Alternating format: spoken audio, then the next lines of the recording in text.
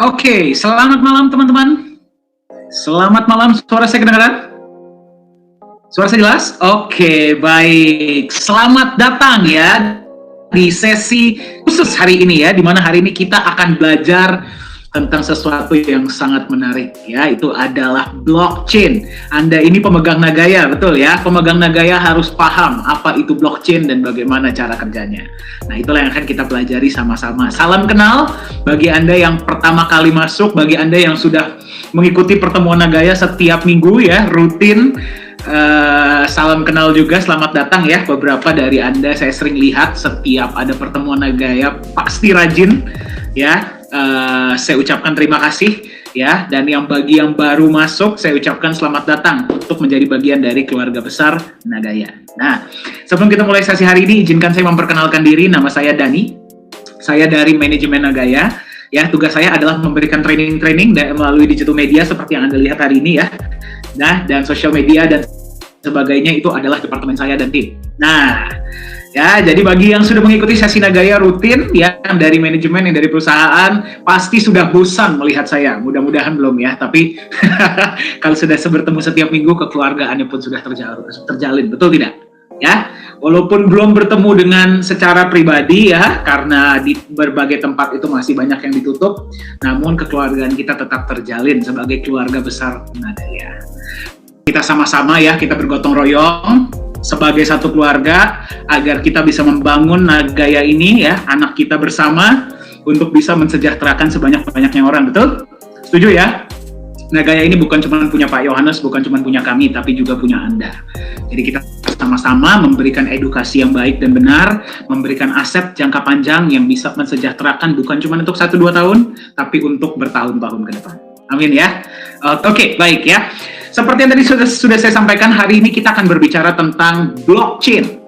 Nah, bagi Anda yang masih belum paham, ya mungkin sering mendengar, ya apalagi sekarang ini kan kripto ini kan lagi heboh, betul ya. Pasti Anda sering mendengar tentang blockchain, tapi mungkin Anda belum pernah lihat cara kerjanya itu seperti apa. Nah, jadi hari ini, ya saya sudah melihat beberapa dari materinya. Saya sarankan Anda siapkan kertas, Anda siapkan pen, dan siapkan kopi. Ya, karena hari ini materinya daging semua. Anda akan dikasih lihat blockchain itu cara kerjanya seperti apa ya. Jadi di banyak koin-koin lain Anda nggak akan dikasih lihat ini, tapi di Nagaya lah kita kasih lihat Anda langsung cara kerja blockchain itu seperti apa dan kenapa blockchain itu sekarang sedang digunakan bukan cuma di cryptocurrency tapi juga di banyak industri ya. Seperti apa sih keamanannya? Kenapa sedang sangat heboh? Nah, itu akan kita bicarakan sama-sama. Ya, yang siap belajar, tolong angkat tangan atau chat saya siap belajar hari ini. Coba saya melihat. Siapa saja nih? Oke, baik. Kalau begitu, tanpa berlama-lama lagi, saya akan panggilkan ke depan pembicara kita hari ini, tamu kehormatan kita, yaitu adalah CEO dari Nagaya Technologies Private Limited, Pak Yohanes Chandra. Pak Yohanes, saya undang ke depan dulu ya. Selamat malam Pak Dani, selamat malam Bapak Ibu semua. Iya. Selamat malam, Pak. Bagaimana kabarnya, Pak? Baik. Kayaknya kita harus ini lagi Pak Dani nih. Kayaknya kita harus kirim email lagi nih ke Zoom nih. Kayaknya kita punya ruangan lagi cuma 100. Iya, padahal kita sudah cek tadi 500 ya. Iya. Iya, berarti memang ada kendala di Zoom. Ya. Jadi bagi yang masih belum bisa masuk karena terpentok pesertanya full ya, nanti rekamannya akan kita berikan. Jadi tolong suruh mereka standby. Kalau memang ada tempat akan langsung bisa masuk ya. Jadi silakan standby saja di waiting room. Ya, silakan Pak Yohanes. Ya, baik. Selamat malam Bapak-bapak, Ibu-ibu. Ya, ini senang nih bisa kembali melihat wajah-wajah para holder Nagaya nih. Ya, saya mohon maaf karena belakangan ini nggak terlalu sering ya bisa muncul di sesi Zoom. Ya, karena saat ini memang prioritas saya pribadi itu lebih ke ngurusin tentang project. Ya, terutama mungkin udah beredar banyak kabar ya. Jadi kabarnya udah duluan sebelum manajemen nih, bahwa kalau nanti Nagaya sudah terjual 6 juta, ya kita akan memulai project kita yang kedua. Jadi memang sudah ada beberapa project yang kita evaluasi, kita pantau, dan ya berarti kita harus siap-siap. Kenapa? Karena ini udah hampir 5 juta ya. Mudah-mudahan dengan bantuan Bapak Ibu juga di sini semua, dengan bantuan para holder Nagaya, kita bisa secepat mungkin mencapai penjualan yang 6 juta. Ya, supaya kita bisa merasakan apa itu benefit sebulan 2 kali ya. Nah, sebulan sekali aja udah senang, apalagi sebulan 2 kali gitu kan. Nah, bukan cuma Bapak Ibu yang senang, kami dari manajemen pun senang. Ya. Nah, jadi pada hari ini kita akan membahas tentang apa sih itu blockchain. Ya, saya mungkin nggak akan terlalu teknis ya. Jadi kalau terlalu teknis juga, saya yakin nanti yang Pak Dhani bilang, saya ngobrol sama Pak Dhani aja soal blockchain aja, kadang-kadang dia kabur. Ya, jadi tengah jalan lagi ngobrol, lagi kasih apa, dia kabur. Kenapa? Palanya pusing katanya. Ya, jadi saya akan berusaha sebisa mungkin, sebaik mungkin untuk menjelaskan ini dengan bahasa yang umum. Ya, nah jadi selama ini selalu kita itu mengkaitkan cryptocurrency itu dengan blockchain. Ya, kita selalu mengkaitkan cryptocurrency itu dengan blockchain. Karena memang sebenarnya blockchain itu adalah salah satu bagian, ya, salah satu teknologi yang dipergunakan di dalam cryptocurrency atau crypto aset, ya. Tapi kalau dibilang bahwa blockchain sama dengan cryptocurrency kurang tepat. Ya, kenapa? Karena sebenarnya cryptocurrency itu dia bukan hanya menggunakan teknologi blockchain, tapi ada teknologi lain yang dipakai, ya, itu oleh leluhur. Ya, kalau kita bisa bilang leluhur, kenapa? Karena kita sampai saat ini nggak tahu orangnya siapa, ya, orangnya di mana, bentuknya seperti apa, itu yang namanya Satoshi Nakamoto. Oke, nah, jadi saya mohon maaf ya nanti kalau kepala saya suka nengok ke kanan kemana, karena saya mengoperasikan 2 komputer nih saat ini. Ya, saya mengoperasikan 2 komputer untuk bisa menunjukkan kepada Bapak Ibu seperti apa sih cara kerja dari sebenarnya nggak tepat kalau dibilang dari blockchain ya, tapi dari cryptocurrency yang mau kita bahas pada hari ini.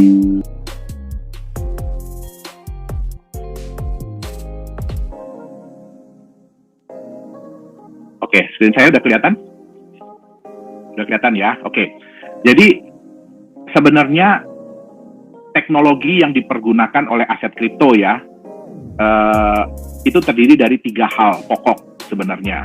Yang pertama adalah teknologi blockchain. Nah, jadi memang paling gampang ini disebut. Kenapa? Pertama, belum banyak orang yang tahu tentang yang namanya blockchain. Padahal blockchain ini sebenarnya sudah dipakai dari lama untuk membuat sebuah teknologi database, jadi penyimpanan data. Ya, tapi jarang disebut gitu, karena nggak pernah kita kalau bikin program untuk perusahaan, terus kita bilang ini teknologi database-nya apa, ini kita bikin pakai blockchain gitu ya, jarang banget ya. Nah, jadi teknologi blockchain ini, kenapa nama blockchain yang diangkat? Karena teknologi ini belum pernah dikenal orang. Ya, jadi kalau kita bilang, oh ini teknologi decentralized network dan distributed ledger, aduh, nyebutnya panjang banget ya, bisa belibet-libet lidah kita ya. Nah, terus yang ketiga adalah teknologi kriptografi atau enkripsi. Nah, kriptografi ini juga sebenarnya adalah teknologi yang lama ya. Nah, sekarang kita coba bahas satu persatu ya. Nah, sebenarnya seperti apa sih ya proses, seperti apa proses transfer atau proses perpindahan kripto aset ya, itu seperti apa sih prosesnya? Oke, nah yang pertama itu adalah pembuatan transaksinya. Jadi contoh, saya ingin mengirim Nagaya kepada Pak Dhani. Ya, artinya apa? Saya akan menciptakan sebuah transaksi ya dari akun saya kepada akun Pak Dhani yang jumlah Nagaya yang akan ditransfer sejumlah X. Ya. Nah, kemudian transaksi ini ya akan dikirimkan. Jadi akan di-broadcast, akan disebarkan, akan disebarkan kepada semua network yang ada. Ya, nanti saya kasih lihat apa sih sebenarnya network, apa sih itu sebenarnya node gitu ya. Nah, ini akan dikirimkan kepada semua node yang ada. Jadi tahu bahwa ada si A kirim ke si B sejumlah X. Tapi mereka nggak tahu bahwa A itu adalah saya, B itu adalah Pak Dhani. Ya, sejumlah X. Oke. Nah, kemudian node-node ini ya atau network ini mereka akan memverifikasi. Boleh nggak si A tadi, yaitu saya, mengirim sejumlah X tadi? Itu yang paling penting. Ya, boleh nggak si A ngirim sejumlah X? Ya, takutnya dia nggak punya itu saldonya, dia nggak punya itu balance-nya dia nggak punya. Nah, jadi itu yang diperiksa. Kalau node-node tadi setuju bahwa si A ini boleh melakukan transaksi, maka transaksi ini akan dimasukkan bersama dengan transaksi-transaksi yang lain ke dalam sebuah blok. Ya, jadi bayangkan itu kotak, ya, di dalamnya itu ada transaksi banyak. Itu dia. Oke. Nah, kemudian blok ini ya akan divalidasi. Nah, siapa yang memvalidasi blok ini? Itulah yang disebut dengan miners. Ya, dia yang disebut dengan miners, yang menambang. Nah, setelah ini divalidasi, dia akan ditambahkan atau disambungkan dengan blok-blok yang sudah terjadi sebelumnya. Nah, setelah itu, blok yang baru ini akan di-broadcast lagi, jadi akan dikirimkan lagi, jadi disebarkan lagi kabarnya. Teman-teman, ini ada blok baru loh yang muncul, ya, tolong ditambahin di catatan Anda. Nah, setelah itu, barulah transaksi itu dinyatakan selesai atau komplit.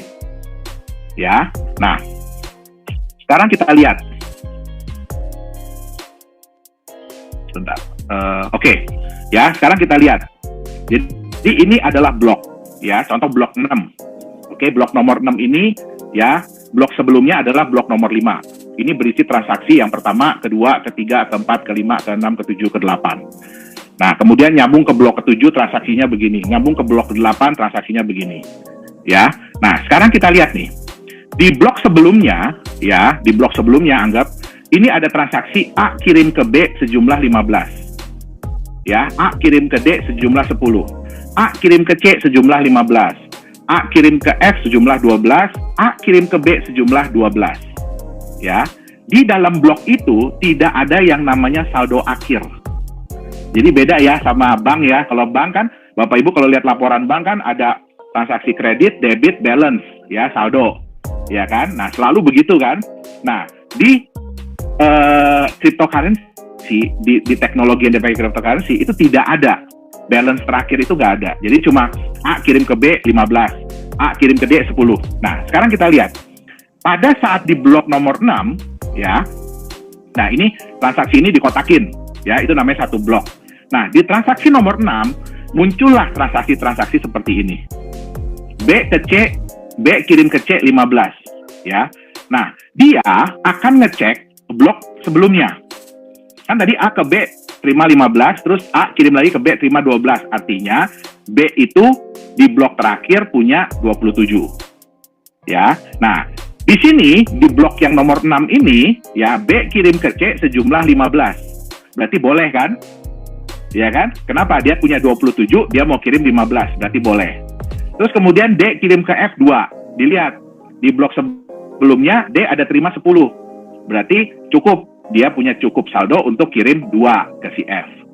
Nah, kemudian B ke E kirim 5. Tadi lihat, B udah kirim ke C 15.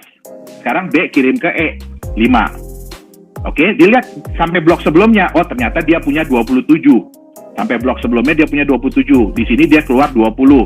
Berarti boleh. C ke F kirim 7. Ya, F ke B kirim 10.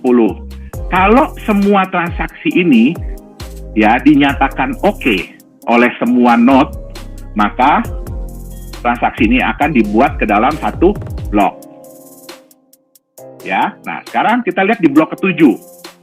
Ya, ada D kirim ke A 5. Ya, nah si node-node ini kan gini, node ini kan distributed ledger ya, jadi artinya semua node akan pegang pembukuan. Jadi bayangkan Bapak Ibu itu pegang pembukuan, ya, bahwa ada si A kirim ke si B tanggal sekian berapa, terus ini kirim ke ini berapa, ini kirim ke ini. Nah, begitu ada transaksi masuk, otomatis Bapak Ibu ngitung sampai ke awal. Ya, buka lagi bukunya sampai ke depan. Dilihat, oh, D kirim ke A 5. Nah, kita lihat dari transaksi sebelumnya. D di sini terima 10. Di sini keluar 2. Berarti masih ada sisa 8. Boleh nggak dia kirim 5? Boleh. Oke. D kirim lagi ke B. Ya. Ini kan 8 kurang 5, dia masih ada sisa 3. Berarti dia mau kirim 1. Boleh nggak? Boleh. Ya. F kirim ke E. Nah, di sini kita lihat. F terima 12. Keluarnya 10. Berarti dia ada sisa 2. Kalau dia mau kirim 1, boleh nggak? Boleh. Ya. B kirim ke F 7. Boleh juga. Oke. Nah, Karena semua transaksi ini dinyatakan oke oleh node-node tadi, maka akan dimasukkan ke dalam sebuah blok. Ya, kemudian diverifikasi, dihitung blok ini oleh miners. Ya, kalau sudah oke, dia akan jadi satu blok yang tetap. Sekarang kita lihat blok ke-8. Ya, B mau kirim ke D 5. Ngitung lagi dari awal. Boleh nggak dia kirim 5? Oh, boleh. E mau kirim ke C 4. Ya, ngitung lagi, si E ini boleh nggak ngirim ke 4? Nggak boleh. Sekarang kita lihat si D. D mau kirim ke F4. Ya, kita lihat. Di blok yang pertama, yang blok awal paling awal, D terima 10. Di blok yang kedua, D keluar 2. Berarti tinggal 8. Di blok yang ketujuh ini, ini blok ke-7, keluar 6. Jadi masuk 10, udah keluar 2, tinggal 8. Keluar 6, tinggal 2. Dia di sini mau kirim 4. Boleh nggak? Dia cuma tinggal sisa 2, dia mau kirim 4. Nggak boleh. Makanya yang atas 2 dikasih tanda hijau, artinya oke. Yang bawah dikasih tanda merah. Artinya apa? Ini transaksi tidak boleh terjadi. Dan transaksi ini akan ditolak atau dihapus. Jadi yang masuk di blok hanya 2 transaksi yang ada di awal. Nah, oke. Jadi, kenapa disebut blockchain? Kenapa? Karena blok yang terjadi itu tidak bisa lepas dari blok-blok yang sebelumnya. Ya, jadi data-data blok yang sebelumnya itu akan diperhitungkan untuk menentukan apakah transaksi itu boleh terjadi atau tidak. Oke, nah itu yang namanya disebut dengan blockchain. Ya, nah, oke. Sekarang kita lihat, ya, apa aja sih? Agak lama nih yang komputer satunya. Ya, apa aja sih yang diperhitungkan atau yang miners itu perhitungkan ya? Nah, Bapak Ibu bisa lihat ya. Di sini ada yang namanya teknologi kriptografi.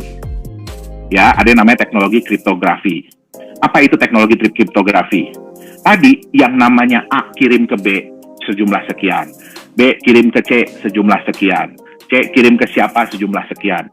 Itu nggak kelihatan kata-katanya seperti itu.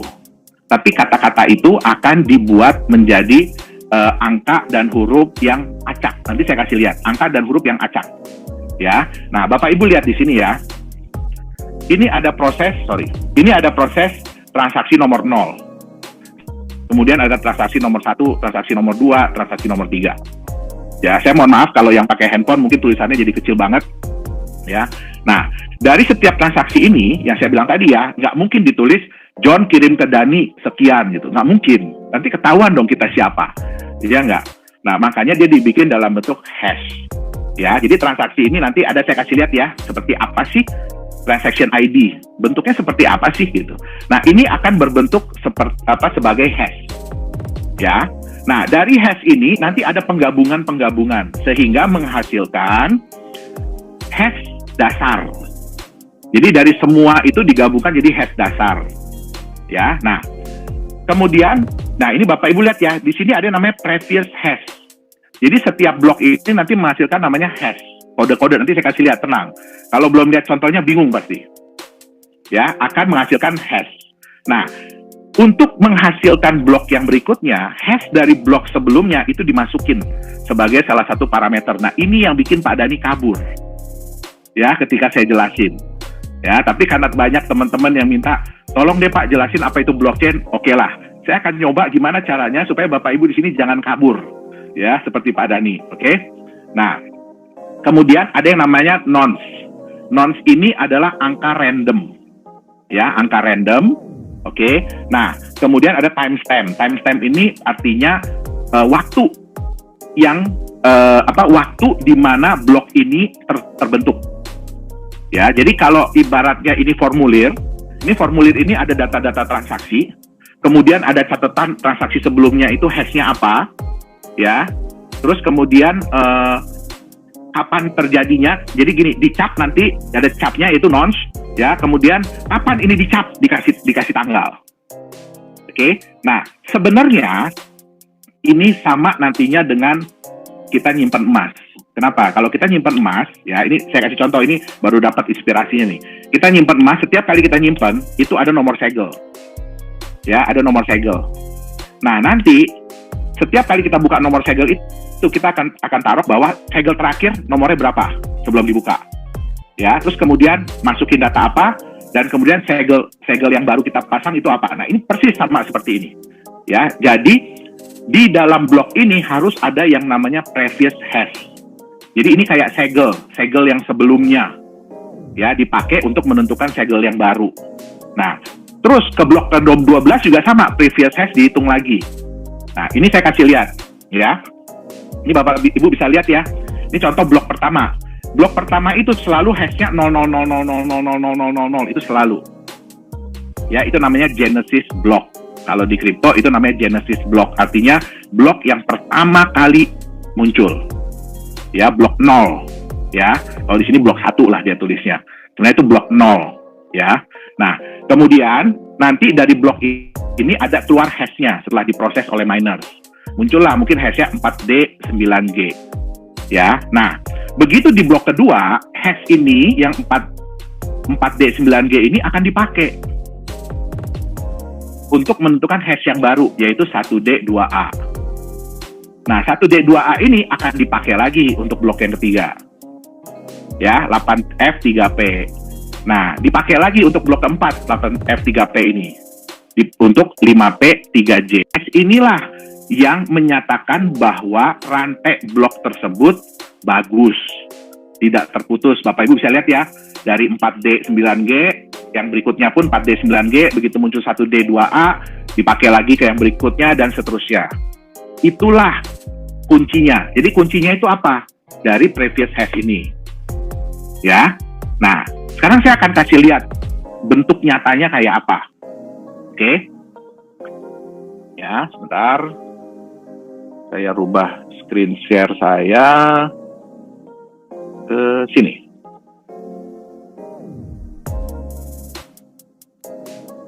Ini bentuk nyatanya blockchain nih berarti Pak Yohanes? Betul, ya jadi gini, untuk melihat sebuah pergerakan dari sebuah blockchain, ya itu ada yang namanya block explorer.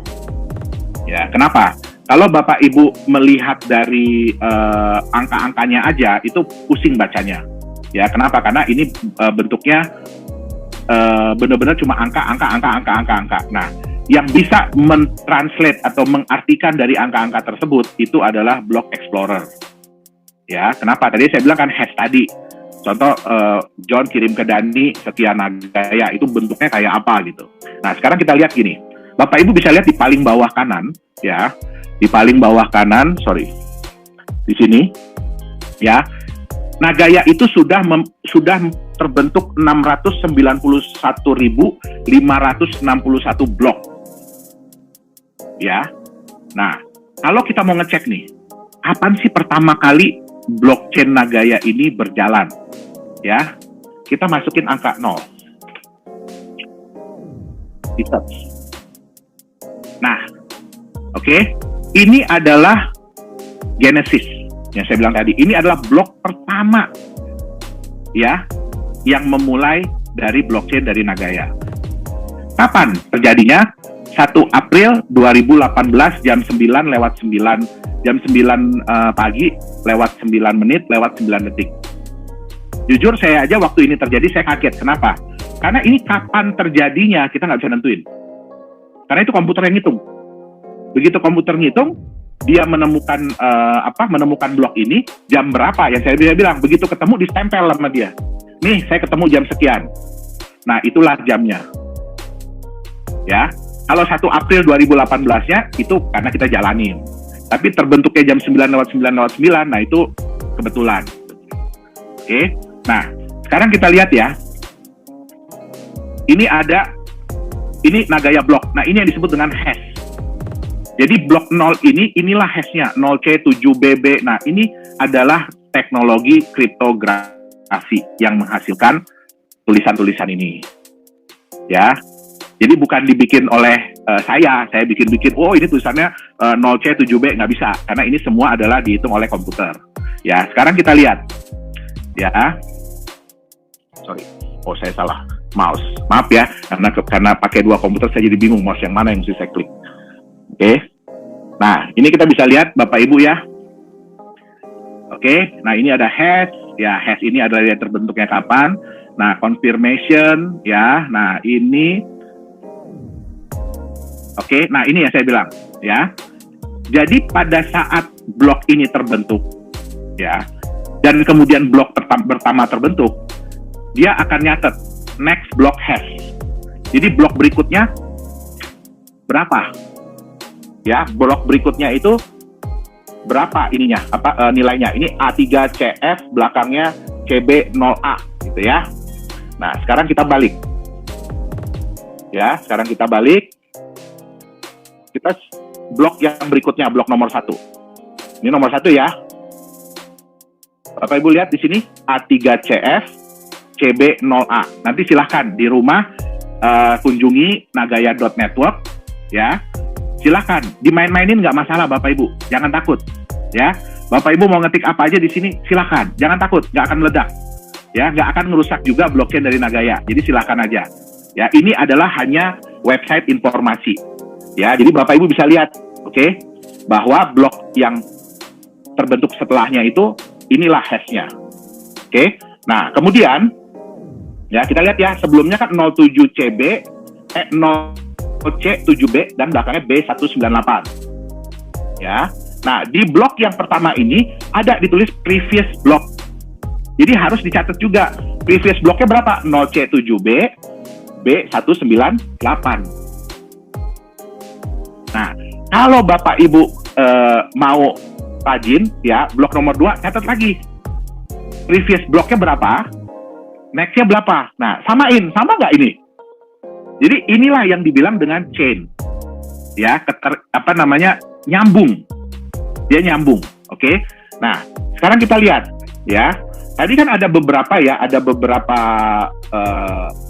hal yang dicatat di dalam blockchain, ya. Kalau kita mau lihat, ini adalah transaksi nih. Jadi kalau di halaman pertama, Bapak Ibu ada lihat, ini adalah transaksi. Di sini ada tulisan blok 691.521, 691.432, 432. Bukan berarti bloknya itu loncat-loncat. Tapi hanya blok yang ada transaksinya yang akan dicantumkan di awal sini. Ya, kenapa? Karena kan Nagaya juga belum terlalu banyak ya transaksi peer-to-peer ya. Jadi apa sih yang dicatat di sini? Itu adalah transaksi peer-to-peer. Jadi kalau Bapak, Ibu ngirim Nagaya ke orang lain, itu akan tercatat di sini. Ya. Nah, ini lihat. Untuk transaksi ini ada blok ya, 691.432. Ini yang nomor 234 ini. Ini semua sama bloknya.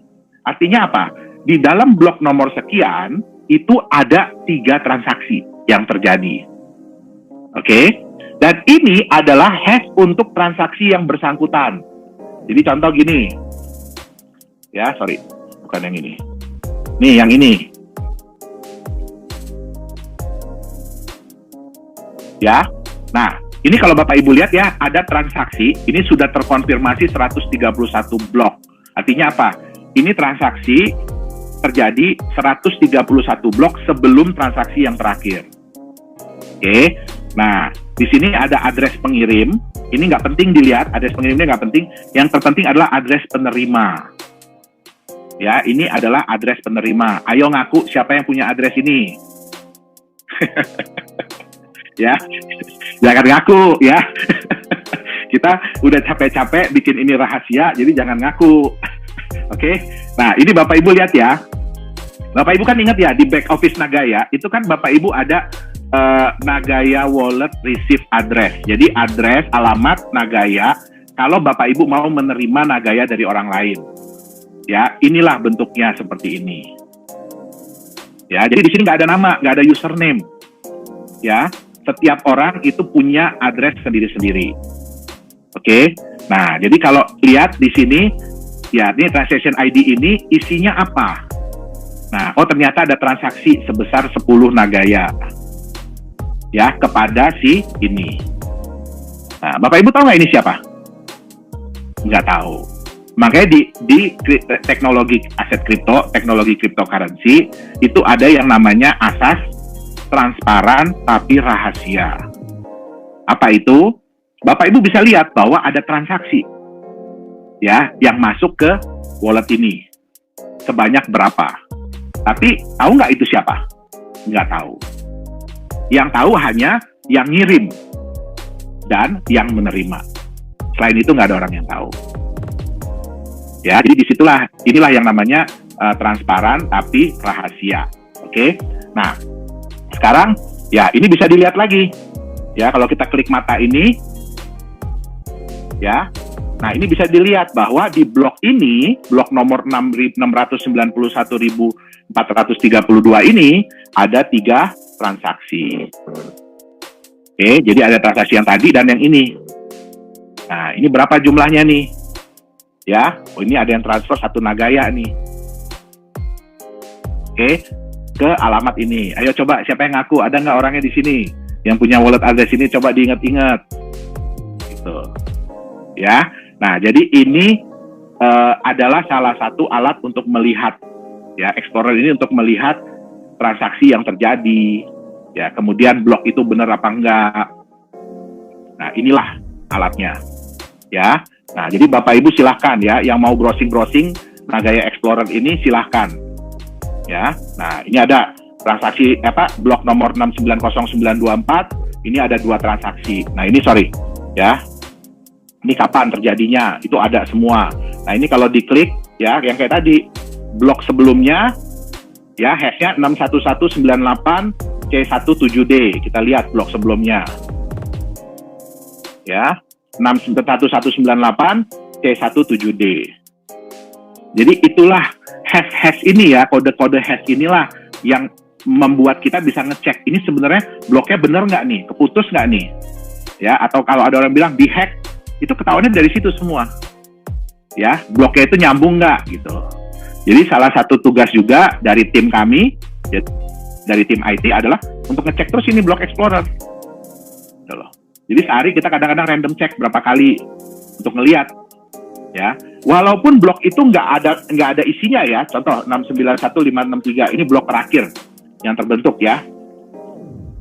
Nah, ini nggak ada isinya, 0, semua 0. Ya, ini artinya apa? Ini blok tidak ada transaksi apa-apa. Tapi tetap blok itu akan terbentuk. Jadi walaupun tidak ada transaksi, blok itu tetap berjalan. Ibarat kata, mau ada penumpang nggak ada penumpang, kereta tetap jalan. Ya, ini prinsip kereta luar negeri. Mau ada penumpang nggak penumpang jalan, nggak ada nunggu-nunggu. Itu dia. Oke? Nah, sekarang kita lanjut. Ya. Nah, sorry. Bapak Ibu, jadinya sudah paham tentang blockchain? Ya. Jadi siapapun ya Pak ya, sebenarnya ini bisa mengakses Block Explorer Nagaya dan mereka bisa melihat-lihat dan... Betul. Oke. Ya, jadi bagi Anda yang ingin melihat Block Explorer dari Nagaya yang tadi kasih oleh Pak Yohanes, silahkan masuk ke nagaya.network, betul ya Pak Yohanes ya? Betul. Di website kita juga ada, di situ di paling bawah ya tulisannya Block Explorer. Iya, atau dari website paling bawah Block Explorer. Betul. Itu nanti akan diarahkan ke website Explorer dari Nagaya. Oke. Kan dari Bu Swita, Pak Yohanes. Nggak cukup untuk memahami semua materinya, perlu diulang-ulang lagi. Boro-boro Ibu ya, saya pun sampai sekarang masih perlu mengulang-ulang. Iya, silakan lanjutkan Pak Yohanes. Oke, ya. Nah, sekarang sebenarnya Bapak Ibu ya, apa sih teknologi ya? Sebenarnya apa sih teknologi yang membuat cryptocurrency atau crypto aset itu menjadi powerful, ya, menjadi sangat kuat, ya. Sebenarnya bukan blockchain-nya, tapi teknologi distributed ledger dan decentralized network. Itu adalah teknologi yang membuat Bitcoin itu atau cryptocurrency lain menjadi sangat powerful. Ya, kenapa? Ini saya kasih lihat. Teknologi network itu ada beberapa macam. Ya, yang pertama adalah teknologi centralized. Ya, centralized itu artinya apa? Setiap ada node, setiap ada komputer lah, kita bicara komputer ya. Setiap ada komputer itu akan nyambung ke satu komputer utama. Ya, Bapak Ibu bisa lihat ya. Jadi semua ini mereka cuma nyambung ke satu. Semua nyambung hanya ke satu komputer utama. Ya. Ini contohnya apa? Bapak Ibu kalau ada install aplikasi ya, yang depannya G, Y, G, B gitu ya. Nah, itu Bapak Ibu nyambung ke satu server. satu komputer utama dari mereka. Ya, itu yang namanya dengan centralized network. Ya. Nah, kemudian yang kedua, itu ada yang namanya bukan semi decentralized ya, tapi semi centralized. Contohnya apa? Ini ada komputer utama, dia bagi tugas kepada dua komputer yang lain. Ya, sehingga kalau ada komputer-komputer yang akan nyambung, itu nyambungnya ke salah satu aja, nggak kedua-duanya. Ya, bisa dilihat ya. Jadi ini nyambungnya ke sini, ini nyambungnya ke sini, ini nyambungnya ke sini, ini nyambungnya ke sini. Kalau ini nyambungnya ke sini. Nah, ini biasanya dipakai oleh perusahaan-perusahaan besar. Contoh kayak Facebook. Ya, kayak Facebook kalau Bapak Ibu nyambung dari Indonesia, Bapak Ibu itu akan nyambung ke server yang terdekat. Ya, jadi bukan ke server Amerika, bukan, server yang terdekat yang dimiliki oleh Facebook. Kalau Bapak Ibu lagi di Jepang, akan nyambung ke server yang terdekat dari Jepang di mana. Nah, jadi nggak nyambung ke yang di tengah langsung, ya. Nah, itu istilahnya bagi-bagi kerjaan lah. Itu sama kayak perusahaan bikin kantor cabang. Jadi nggak semua urusan harus ke kantor pusat. Kita ke tempat terdekat aja. Oke? Nah, yang ketiga, decentralized network. Apa itu decentralized network? Ya, ini ada satu komputer. Begitu ada komputer kedua yang nyambung, karena mereka baru berduaan, masih mesra ya, nempel aja berduaan gitu loh. Tapi begitu ada komputer ketiga yang nyambung, ya, komputer yang pertama tadi, komputer yang ini, dia akan kasih tahu, kita punya temen loh, bukan cuma saya loh di sini loh, kita ada temen nih satu lagi. Oh iya, yang ketiga ini akhirnya nyambung ke dia. Ini kayak apa Bapak Ibu? Ini nggak mirip cinta segitiga nggak? Kalau cinta segitiga tuh kayak gini, ya. Nah ini enggak, ini lain cerita. Ya, biar nggak bosen ya Bapak Ibu ya, mohon maaf ya, biar nggak bosen, biar nggak ngantuk gitu loh. Nah, bagaimana kalau ada komputer keempat yang nyambung? Begitu dia nyambung ke komputer pertama akan kasih tahu, kita punya dua teman lagi loh. Dia nyambung ke sini dan ke sini. Ya. Ada komputer kelima. Ada komputer keenam. Komputer ketujuh. Komputer kedelapan. Komputer ke-9. Ke-10. Oke, sorry. Pertanyaan saya, siapa yang jadi sentralnya di sini? Nggak ada. Di sini tidak ada sentralnya. Kenapa? Karena satu komputer bisa terhubung ke banyak network. Ya, berapa banyak? Satu komputer bisa nyambung ke berapa banyak? Tergantung yang punya komputernya. Standarnya adalah 5 koneksi. Itu standarnya. Tapi kalau kita mau bikin komputer saya mau sambung ke 100 komputer lain, bisa. Tapi ya Bapak Ibu harus ingat bahwa artinya bebannya lebih berat. Ya, internet kita bebannya lebih berat. Komputer kita juga bebannya lebih berat. Makanya harus dicari angka yang optimal, bukan maksimal, bukan minimal, tapi yang optimal. Ya, supaya apa? Komputer kita juga kerjanya bagus, nggak berat, ya kan? Tapi bisa menjamin desentralisasi dari sistem tersebut. Oke? Nah, kenapa dibuat seperti ini? Tadi saya bilang powerful ya. Kenapa dibuat seperti ini? Oke? Sekarang kita lihat. Kalau ini bentuknya seperti ini. Tadi ini apa namanya? Centralized ya. Nah, ini sentralnya. Kalau ada yang mau macam-macam, gimana caranya? Matikan yang di tengah. Begitu mati yang di tengah, apa yang terjadi? Semuanya bingung mau nyambung kemana, betul nggak? Ya, semuanya bingung mau nyambung kemana. Ada komputer baru muncul pun bingung mau nyambung kemana. Karena komputer yang dipakai buat nyambung udah nggak ada, udah hilang. Nah, bagaimana dengan semi-centralized? Ya, tujuan ini dibikin buat apa sih? Kalau seandainya yang satu ini rusak, ya, yang 4 ini tahu, oh kita nyambung ke sini. Betul nggak? Tapi begitu yang ini rusak, udah bingung mereka mau nyambung kemana. Ya, artinya apa? Untuk semi-centralized, itu tetap walaupun komputer yang membantu banyak, tapi jumlahnya nggak segitu banyaknya gitu loh. Jadi kalau mau diserang, ya gampang. Ya, saya nggak mau bilang siapa yang nyerang ya. Saya nggak mau bilang siapa yang nyerang. Ya, tapi Bapak Ibu tahu siapa yang selalu berusaha untuk menjatuhkan crypto aset. Ya, makanya saya bilang gini, mereka tidak mungkin menghentikan sistem dari crypto aset, cryptocurrency. Nggak mungkin, karena desentralisasinya ini. Nah, bagaimana kalau yang begini? Tadi kan tahu ya, komputer pertama kan yang ini nih. Ya, sorry. Nah, komputer pertama kan yang ini nih. Ya, begitu ini dirusak, yang lain masih nyambung. Begitu ada yang baru, oke, begitu ada yang baru lagi,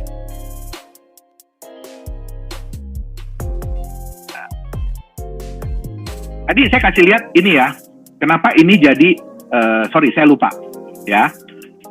Kalau yang sistemnya begini, ya, database itu ada di mana sih? Yang nyimpen catatan transaksi ada di mana sih? Itu adalah di sentralnya yang ini tadi.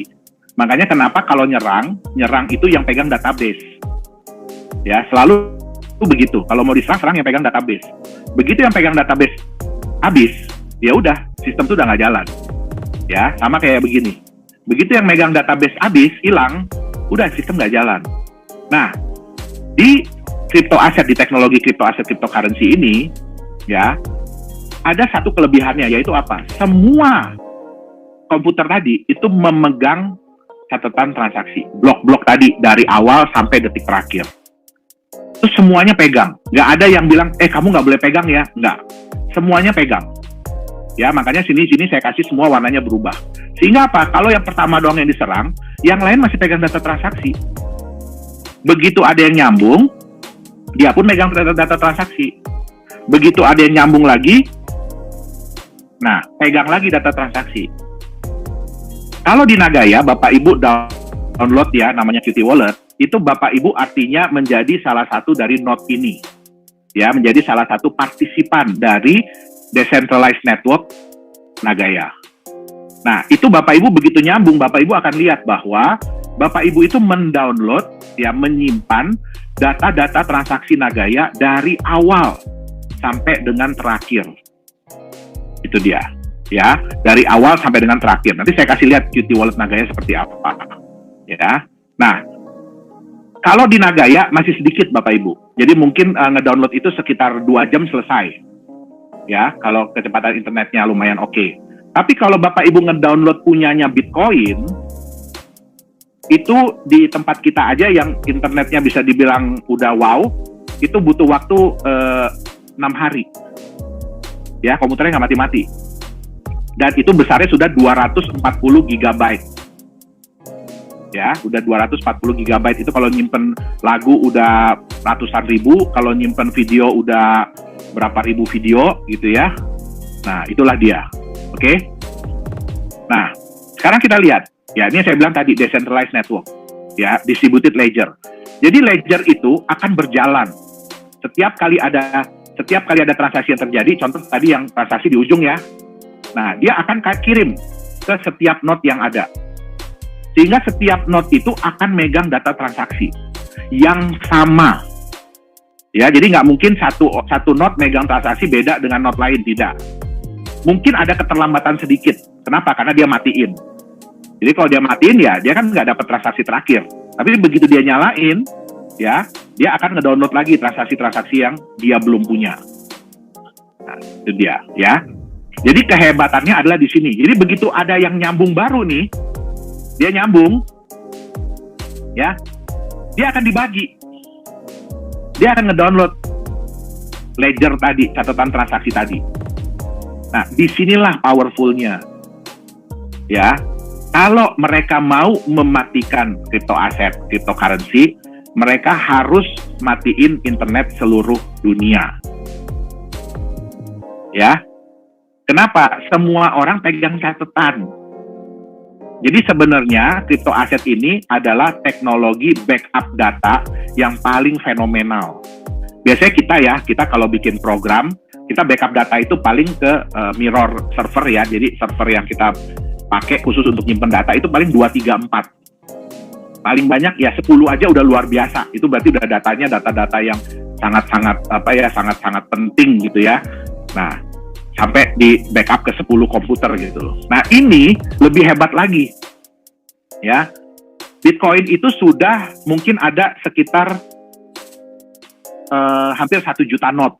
Artinya ada 1 juta komputer yang menyimpan data Bitcoin dari awal sampai sekarang.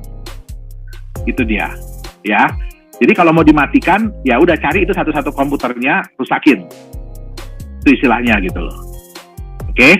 Nah, sekarang tadi kita lihat ya, banyak yang bilang gini, Pak, data itu kan bisa ditemper, Pak. Betul. Ya. Kita bisa merubah data. Tapi dengan sistem yang dipakai oleh crypto aset ya, Bitcoin dan lain-lain termasuk Nagaya, sulit. Bukan berarti nggak bisa ya, tapi sulit sekali untuk mentemper data. Kenapa? Yang pertama, tadi Bapak Ibu lihat ya, di sini hash yang awal nyambung 4D 9G, 4D 9G, ya, ini 1D2A nyambung. Begitu ada satu aja transaksi yang dirubah, ya, di suatu blok, itu nilai hashnya pasti akan berubah. Nah, begitu yang ini dirubah sama mereka, ya mereka berusaha untuk merubah yang ini, blok berikutnya kan udah nyimpen previous hash tadi, 1D2A. Ya kan? Karena kan yang dirubah kan cuma yang ini. Ya kan? Mereka mau ngerubah yang ini nih. Kenapa? Kalau Anda mau merubah transaksi, Anda nggak bisa merubah yang terakhir, percuma. Anda harus merubah dari yang tengah-tengah atau dari yang awal. Itu dia. Kayak tadi, misalkan si C, ya, si C tadi kan yang nggak boleh transaksi. Wah, udah deh, saya di blok nomor sekian, saya bikin seolah-olah saya terima berapa ratus gitu. Nggak bisa, dia cuma rubah di belakang, nggak bisa, dia harus rubah di tengah-tengah. Ya, nah begitu dia rubah di tengah-tengah, berarti yang di tengah-tengah ini akan berubah nih. Sedangkan blok yang ini kan udah terbentuk. Dia udah nyimpen data bahwa previousnya adalah 1D2A. Begitu ini ditemper, chain-nya pecah, chain-nya rusak. Ya, chain-nya rusak, dan ini membuat dia harus menghitung ulang.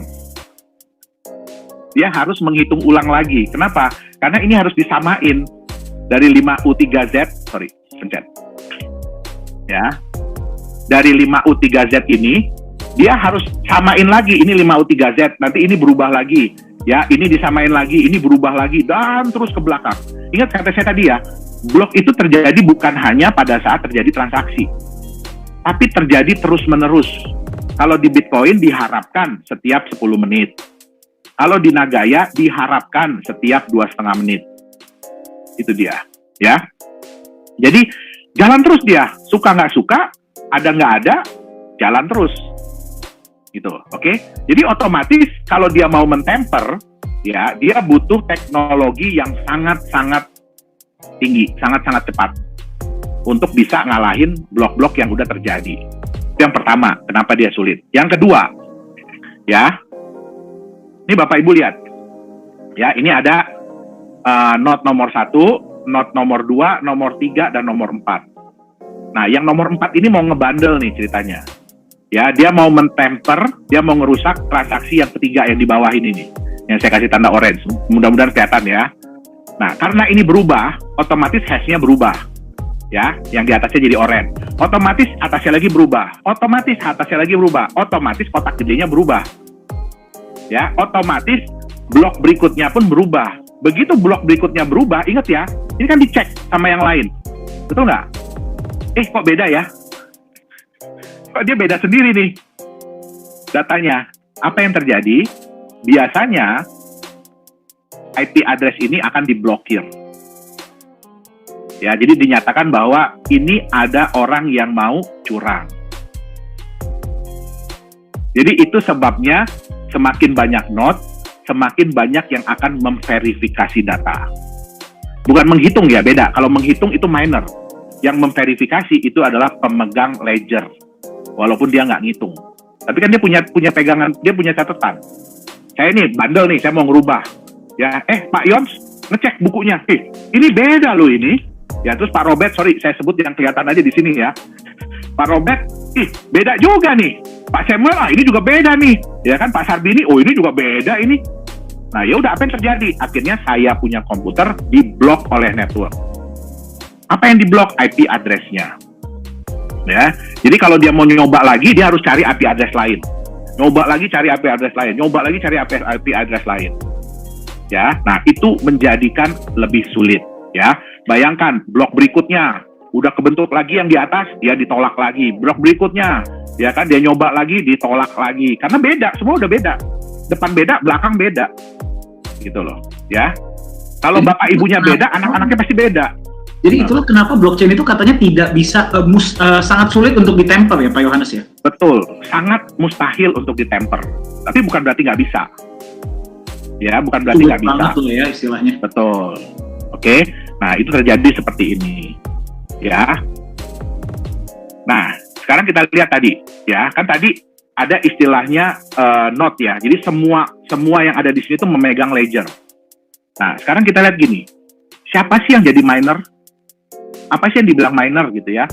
Miner itu adalah komputer yang mendedikasikan diri.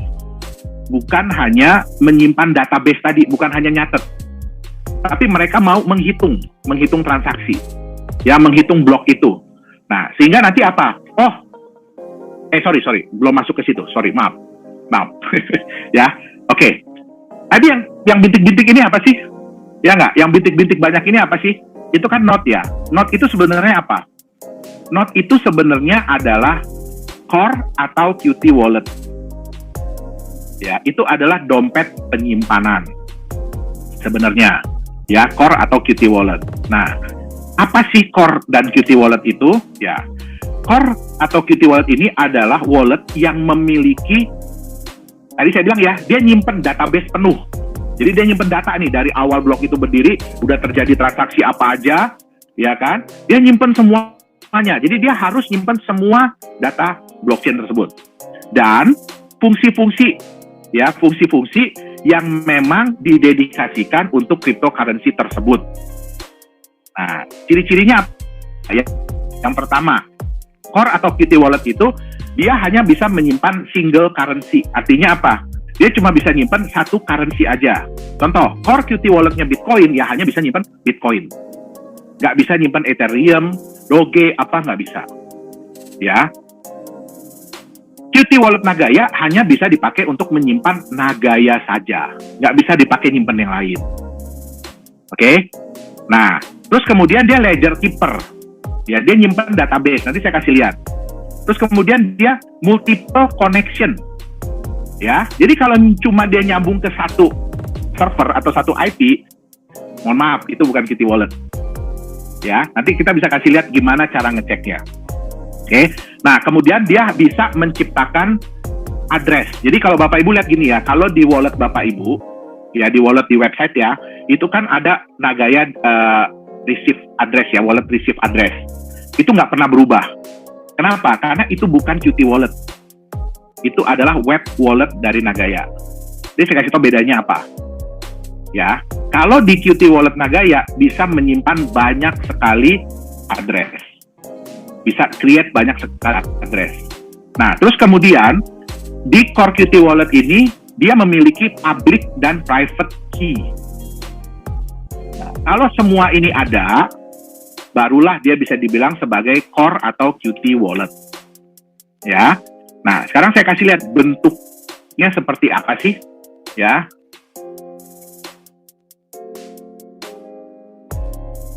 Oke, saya sharing screen.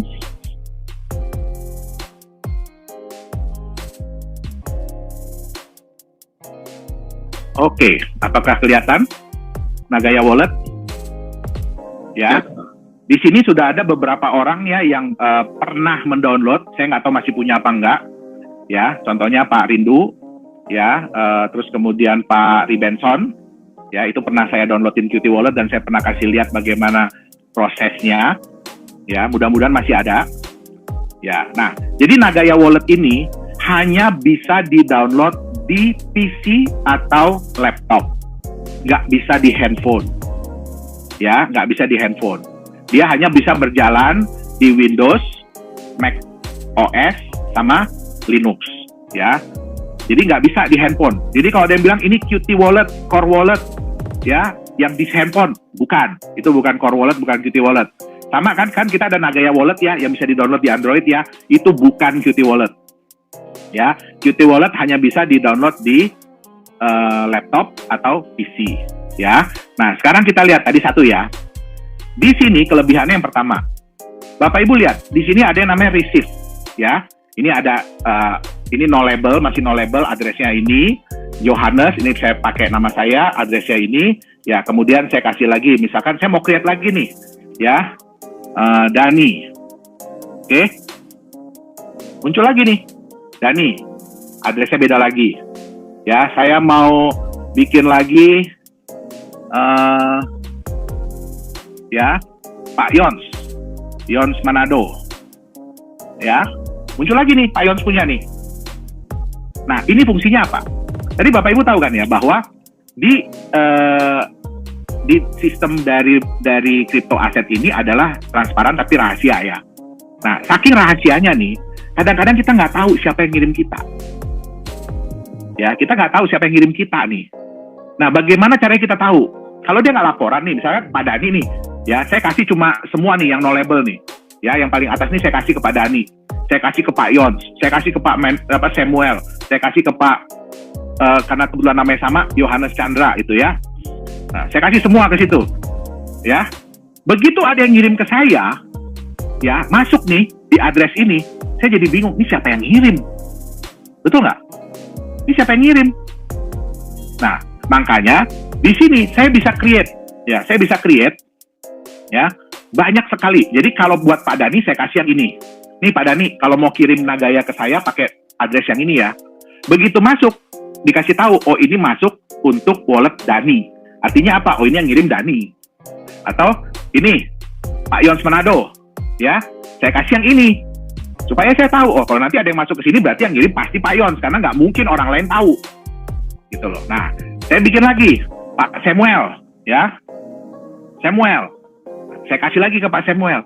Berapa banyak yang bisa dibikin di sini? Sebanyak-banyaknya. Bapak Ibu bisa Google ya di internet ya. Possibility Bitcoin address possibility. Kenapa saya nggak mau nyebutin? Karena panjang banget. Angkanya itu panjang banget. Setiap manusia di dunia itu kalau setiap orang pegang wallet begini, mereka bisa create, kalau saya nggak salah, 1 juta miliar wallet address. Satu orang. Penduduk dunia ada berapa? 8 miliar. Dari 8 miliar itu setiap orang masih bisa create 1 juta miliar wallet address. Ya. Nah, ini yang pertama. Oke, sebanyak-banyaknya. Bapak Ibu tahu ya, di Nagaya holder kita ada 37.000. Ya, berarti di satu wallet Nagaya yang dipegang oleh perusahaan itu ada 37.000 address. Ya, dan itu tidak akan berhenti. Oke, jadi berapapun bisa di-create. Yang pertama tadi ya, jadi dia bisa meng-create multiple address. Yang kedua, ya, Bapak Ibu lihat di sini, number of connection 4. Artinya apa? Artinya wallet ini, komputer saya sedang terhubung dengan 4 wallet yang lain. Dengan 4 wallet yang lain. Ya, dengan 4 komputer yang lain. Oke. Nah, tadi dibilang apa? Kan tadi multiple connection ya, berarti ini sudah salah satu syarat. Oke. Berikutnya, dia memiliki fungsi penuh dari sebuah blockchain. Ya. Nah, di sini saya kasih lihat. Di sini ada yang namanya konsol. Ya. Silakan dicoba-coba, tapi ada beberapa fungsi. Kalau ini masih kosong ya, silakan coba-coba. Tapi kalau udah ada isi, hati-hati. Ya. Nah, ini contoh. Saya masukin di sini ya, help ya. Ini adalah list perintah-perintah yang bisa kita jalankan melalui wallet ini. Ya. Contoh, saya mau tahu saya punya wallet ini nyambung ke IP mana aja ya? Get peer info.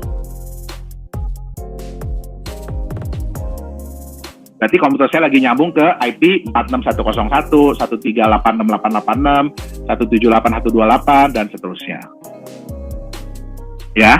Nah, terus saya mau tahu lagi, ya, misalkan, ya, saya mau tahu lagi,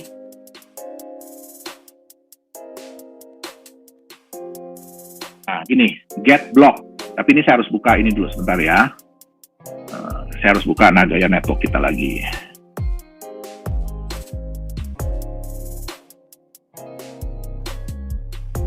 Ini untuk melihat apakah benar sih ya saya punya wallet ini memang benar-benar menyimpan database ya. Nah ini saya kasih lihat sebentar ya. New share. Oke, share. Oke ya. Nah ini saya buka blok nomor 691.521 ya. Kan ada 2 transaksi nih. Ya, nah ini kan hashnya. Tadi kan ingat ya, setiap blok ada hash. Nah ini saya copy. Ya, sekarang saya buka. Ini kesulitan kita juga nih kalau mau demo pada nih, karena nggak bisa split screen. Ya, nah saya masukin di sini nih. Oke, tadi perintahnya adalah get block. Ya, terus hashnya. Nah ini Bapak Ibu bisa lihat ya. Ini hashnya. Confirmation-nya udah 61. Tadi height-nya 691.521, betul ya? Nah, terus kemudian ada 2 transaksi ya. Ini satu. Nah, kemudian ada previous block hash sama next block hash. Nah, ini kalau kita copy, ini kan next ya. Berarti nanti angkanya 691.522 height-nya. Ya. 691.522. Ini data ini itu ada di komputer kita, bukan ngambil dari internet. Jadi walaupun internet kita matiin, kita jalankan konsol ini data-data ini tetap keluar. Berarti data itu disimpan di setiap desktop itu ya? Betul. Berarti tidak terhubung dengan internet? Tidak. Berarti beda komputer nggak bisa menyimpan data yang sama? Sama, karena nanti pada saat kita nyambung, kan komputer itu saling memberikan data, update data. Saya punya data yang terakhir nomor sekian loh. Saya punya cuma nomor sekian nih. Jadi dikirimin lah. Tapi satu node tidak bisa diwakilkan oleh komputer lain ya berarti ya? Satu node itu fokus satu komputer ya? Betul. Nah, tadi di sini kan ada yang namanya private key ya, ingat ya Bapak Ibu ya. Nah, ini private key ini sangat penting ya. Kenapa saya bilang private key ini sangat penting ya? Ini adalah kayak kita punya kunci berangkas. Ini yang paling penting, ini kita punya kunci berangkas. Jadi setiap address ini itu ada private key-nya. Ya, contoh. Ya. Ini saya ambil yang Pak Samuel ya, saya copy. Saya mau keluarin nih. Ya, saya mau keluarin private key dari address-nya Pak Samuel ini ya. Nah, jadi saya balik lagi ke konsol. Ya, itu perintahnya dump private key. Nah, ini adalah private key dari wallet yang tadi saya kasih label Pak Samuel. Kalau ini ketahuan orang, private key ini ketahuan orang, diambil, kemudian dia masukin ke walletnya dia, itu bisa diimport. Key ini bisa diimport. Maka seluruh balance, seluruh saldo yang ada di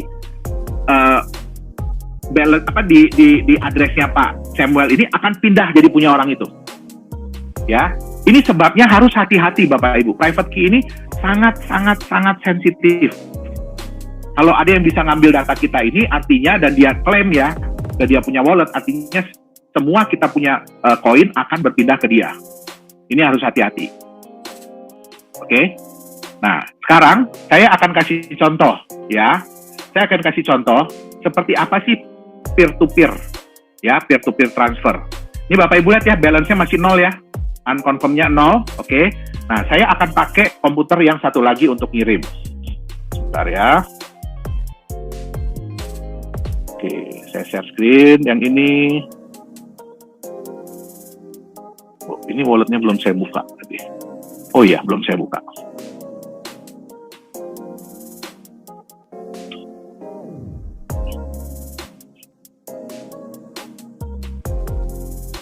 Nah, Bapak Ibu bisa lihat ya. Itu tadi ada tulisan 3 hours behind ya. Artinya apa?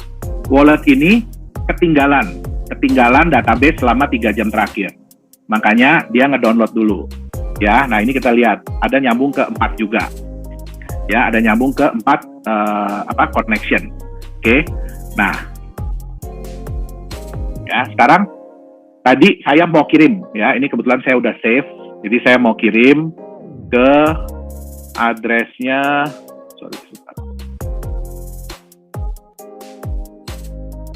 Waduh, belum saya save ternyata. Bentar ya, saya lihat dulu di komputer yang satu lagi.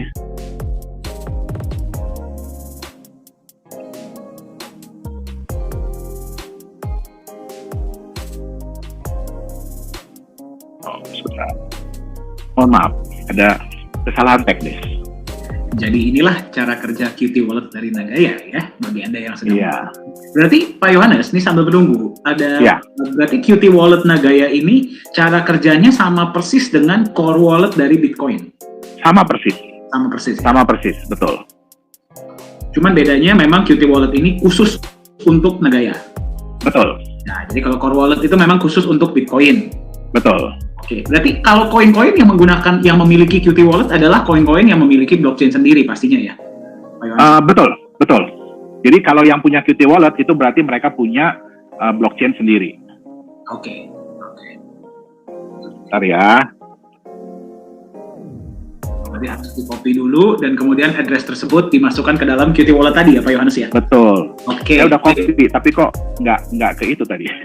Oke, nah sambil menunggu, bagi Anda yang masih semangat ya, ya hari ini kita belajar tentang benar-benar daging semua, bukan cuma daging, kita lihat langsung cara kerja dari blockchain dan blockchain Nagaya itu seperti apa ya. Sambil kalau memang Anda punya pertanyaan, silakan gunakan fitur chat, mungkin nanti setelah ini kita akan menjawab sekitar ya, kita lihat waktu ya, mungkin sekitar 3 atau 4 pertanyaan, jadi silakan dikirimkan, kita nanti akan diskusi sama-sama. Pak Yohanes, kalau udah ketemu kabarin ya.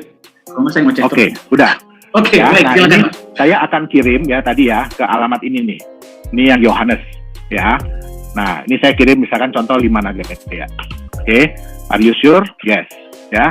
Nah, ini saya password. Jadi harus di password ya Bapak Ibu ya. Qt Wallet itu ya, bukan berarti ada di komputer kita terus terserah aja gitu. Ya, aman lah komputer kita ya, udah saya iniin, udah saya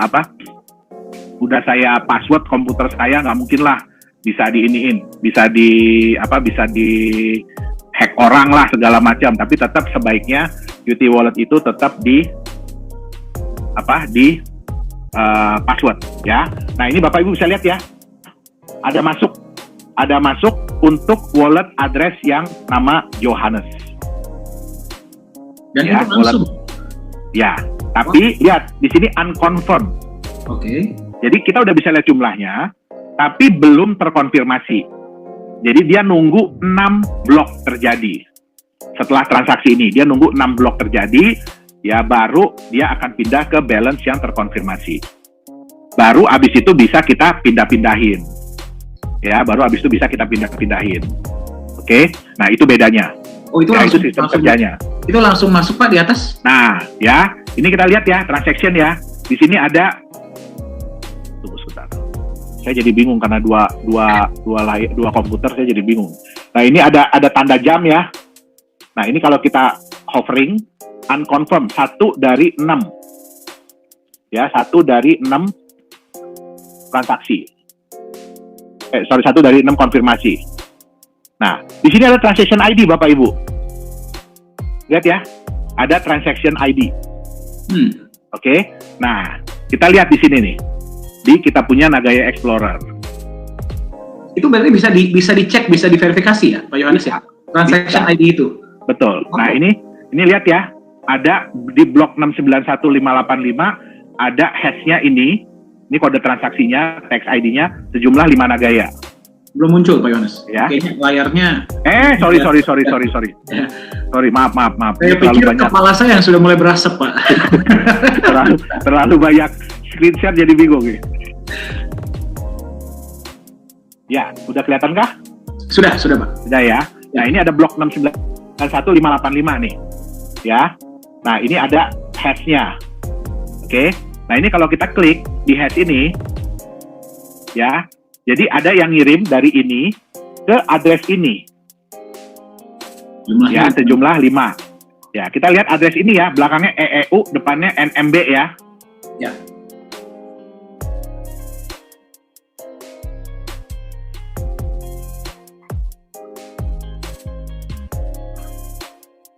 Lihat, yang Yohanes EEU, belakangnya, NMB. depannya NMB. Wow.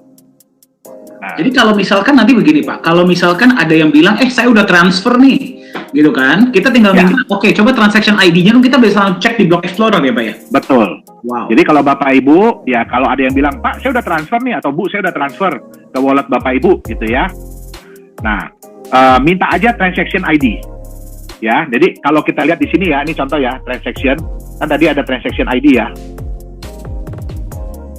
Nah, ini ya ada transaction ID, kita tinggal copy, ya, kita tinggal copy, kemudian kita masukkan di Nagaya Explorer. Oke, kita masukin di sini, ya, search. Dari depan deh. Ini soalnya tadi udah kebuka. Ya, jadi dari depan, ya, kita masukin di sini. Oke, search. Nah, ini kelihatan. Wow. Recipient address. Yang paling penting adalah recipient address. Kalau recipient address ini bukan address yang Bapak Ibu punya, artinya dia bohong. Itu dia. Oke? Nah, kenapa? Yang nerima ini nggak mungkin bohong. Address ini nggak mungkin bisa sama. 2 orang, 3 orang punya address yang sama. Itu nggak mungkin. Ya, setiap orang pasti berbeda. Ya? Resipien itu penerima ya? Penerima, betul. Input address itu yang mengirim? Yang mengirim. Okay. Nah, yang mengirim ini bisa berbeda-beda. Belum tentu sama dengan address yang benar-benar dimiliki oleh orang tersebut. Jadi yang paling dilihat adalah resipiennya. Itu yang paling dilihat. Ya, mungkin Bapak Ibu ada yang gini, wah ini bisa di-tracking Pak, katanya Pak. Betul, kenapa? Ini tinggal diklik aja, input address, diklik. Ya kan, nanti kelihatan dia pernah nerima dari mana aja, diklik. Nah, itu nanti bisa di-tracing, tapi ya butuh waktu. Ya, butuh waktu dan butuh tenaga untuk nge-trace beginian gitu loh. Ya. Nah, sekarang saran saya adalah Bapak Ibu silahkan download Qt Wallet Nagaya. Itu linknya ada di website kita ya. Di website kita di paling bawah itu ada Nagaya Wallet ya, Qt Wallet namanya. Ya, nah itu silahkan di-download. Tapi ya, saya ingatkan bagi Anda yang mau menggunakan Qt Wallet ini, semua resiko ada di tangan masing-masing.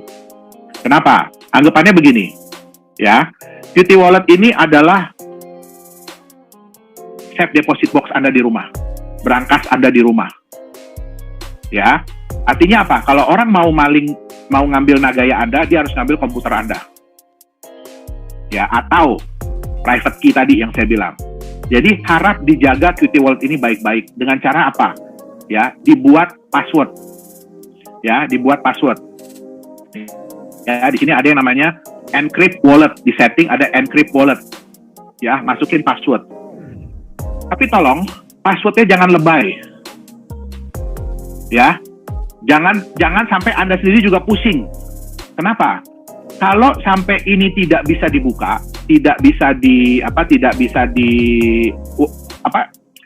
Anda lupa nih passwordnya ya, berarti Anda nggak bisa kirim Nagaya lagi kemana-mana. Bahkan saya sendiri pun yang membuat wallet ini, saya nggak bisa bukanya. Itu saking amannya. Jadi bahkan yang membuat sendiri pun tidak bisa membukanya. Karena ada beberapa enkripsi yang itu tidak bisa di-reverse. Jadi nggak bisa dibalik. Itu dia. Salah satunya adalah untuk password ini. Jadi tolong yang pertama dibuat passwordnya. Tapi tolong diingat benar-benar passwordnya apa. Karena kalau sampai lupa, artinya Nagaya itu selama-lamanya tidak bisa lagi diakses. Itu yang pertama. Yang kedua, kalau ini brankas, ya berarti Bapak Ibu harus jaga baik-baik brankas ini, ya. Ini ada yang namanya backup wallet, ya. Nah, backup wallet ini artinya apa? Bapak Ibu menyimpan data wallet ini, ya, di backup. Kasih nama, misalkan Nagaya, ya, tanggal berapa? Sekarang tanggal 27/10/21, gitu ya. Nah, hasil backup ini jangan disimpan di komputer yang sama. Kenapa? Kalau komputer rusak, komputer yang ngehang, ya berarti sama aja bohong, semuanya ikut hilang datanya, betul nggak? Nah, jadi simpanlah mungkin di flash flash disk atau apa, tapi yang aman, ya. Karena ini benar-benar berangkas, ini benar-benar berangkas rumah. Jadi kalau hilang berangkasnya atau nggak bisa dibuka, nggak bisa, ya udah berarti Nagayanya selama-lamanya terkubur di dalam, ya. Jadi jangan nanti minta tolong ke Pak Dhani atau ke saya atau ke tim IT kita, tolong dong Nagaya Qt Wallet saya dibuka, nggak bisa Bapak Ibu, ya. Bahkan Satoshi Nakamoto pun kalau disuruh ngehack Bitcoin walletnya Bapak Ibu yang udah keblok ke apa, itu nggak bisa, ya. Atau yang saya bilang tadi, key-nya, private key-nya itu disimpan. Jadi private key itu bisa disimpan di dalam kertas, bisa di print gitu ya. Nah itu aja. Kalau nggak tadi backupnya atau private key-nya tadi itu disimpan dengan baik-baik, dijaga bener-bener. Ya, apalagi kalau nanti Nagaya udah $1.000, $10.000 harganya ya. Nah, itu udah dijaga baik-baik walaupun itu kertas. Ya, tapi itulah hidup kita gitu loh. Ya. Kenapa? Karena banyak orang yang bilang begini, "Oh, saya pegang private key Bitcoin, ada berapa juta private key gitu ya." Jadi saya bilang ya, kemungkinan setiap orang itu bisa meng-create 1 juta miliar wallet address. Berarti ada juga 1 juta miliar private key untuk satu orang. Dikali 8 miliar orang, berarti itulah kemungkinan private key yang bisa dibikin oleh Bitcoin. Ya, artinya kalau Anda bisa pegang 1000 private key aja, wah itu hebat banget tuh. Dan semuanya benar, wah itu hebat banget. Ya, nah jaga baik-baik. Maksudnya gini, pergunakan wallet ini dengan kesadaran masing-masing, dengan tanggung jawab masing-masing. Ya, kenapa? Kalau juga misalkan udah kekirim ke sini, perusahaan udah nggak bisa ngapa-ngapain. Ingat, ini adalah berangkas Anda. Jadi ibaratnya Nagayanya udah masuk ke berangkas Anda. Ya, kalau ada apa-apa dengan berangkasnya ya kita nggak bisa ngapa-ngapain. Oke, jadi harap gunakan dengan bijaksana, dengan hati-hati. Dan yang satu lagi, kalau disimpan di sini, ya nantinya ya nggak dapat benefit. Karena kita nggak tahu ini siapa yang megang, betul nggak? Kita nggak tahu ini Qt Wallet siapa punya, kita nggak tahu. Bapak Ibu kalau taruh rupiah di rumah, apakah dapat bunga deposito, dapat bunga bank? Enggak. Ya, jadi kita memberikan banyak sekali pilihan, ya Bapak Ibu untuk menyimpan Nagayanya. Waduh, mohon maaf Pak Dhani, saya kelewatan dari waktu yang diberikan oleh Pak Dhani. Saya lanjut lagi aja deh. Saya lanjut dulu ya. Teman-teman masih semangat ya, masih semangat Pak Yohanes. Kita ada 100 di sini, terus kemudian di keluarga besar dan di Telegram grup lainnya masing-masing ada 70 lebih, 80, dari total sekitar 250 peserta yang sedang menyaksikan. Wow. Anda berada, selamat malam ya. Masih semangat. Oke, mohon maaf ya buat yang di Telegram, yang di apa, mungkin tadi udah berusaha masuk di sini. Nah, nanti kita akan urus lagi ini dengan Zoom, karena udah kita urus kemarin ternyata masih begini lagi. Oke, jadi saya lanjut gini ya. Nah, oke. Tadi Bapak Ibu udah tahu ya bahwa ada yang namanya Qt Wallet, Core Wallet. Nah, itu adalah wallet sesungguhnya dari sebuah crypto asset. Ya, itu wallet sesungguhnya dari sebuah crypto asset. Di mana Qt Wallet, Core Wallet ini akan berkoneksi satu sama lain. Ya, jadi mereka bukan sendiri-sendiri, bukan cuma nyambung ke satu tempat. Nah, oke. Nah, sekarang sedangkan ada yang kedua. Sorry, kok belum berubah ya. Nah, sekarang ada yang kedua, ya, wallet yang kedua, yaitu wallet yang semi-decentralized. Kenapa saya bilang semi-decentralized ya? Bapak Ibu bisa lihat yang warna kuning-kuning-kuning ini ya. Yang warna kuning-kuning-kuning ini, dia nyambung ke satu komputer, dan komputer inilah yang menyambung ke satu wallet. Ya, artinya apa? Wallet-wallet yang warna kuning ini bukan wallet sesungguhnya dari sebuah crypto asset. Ya, mereka mengambil data atau menyimpan data, ya, itu di yang ini, yang orange-orange ini nih. Nah, inilah yang merepresentasikan jumlah yang ada di wallet ini. Contohnya apa? Web wallet dari Nagaya. Web wallet Nagaya itu bukan Qt Wallet, ya, tapi kita menyimpan data di server Nagaya. Ya, jadi Bapak Ibu kalau mengakses itu melihat angka yang ada di sini. Nah, angka yang di sini ini merepresentasikan angka yang ada di wallet-wallet kita. Jadi kalau di sini ada yang transaksi transfer Nagaya menggunakan web wallet, ya, artinya apa? Memerintahkan ini untuk transfer. Nah, ini juga apa? Exchanger. Jadi Bapak Ibu kalau pakai Indodax, Pintu, segala macam, ya itu bukan wallet asli dari Bapak Ibu, bukan wallet yang Qt Wallet. Ya, tapi itu adalah wallet yang melambangkan jumlah kita punya crypto aset di Indodax yang ada di server yang ini. Ya, jadi bukan yang ada di wallet yang sebenarnya.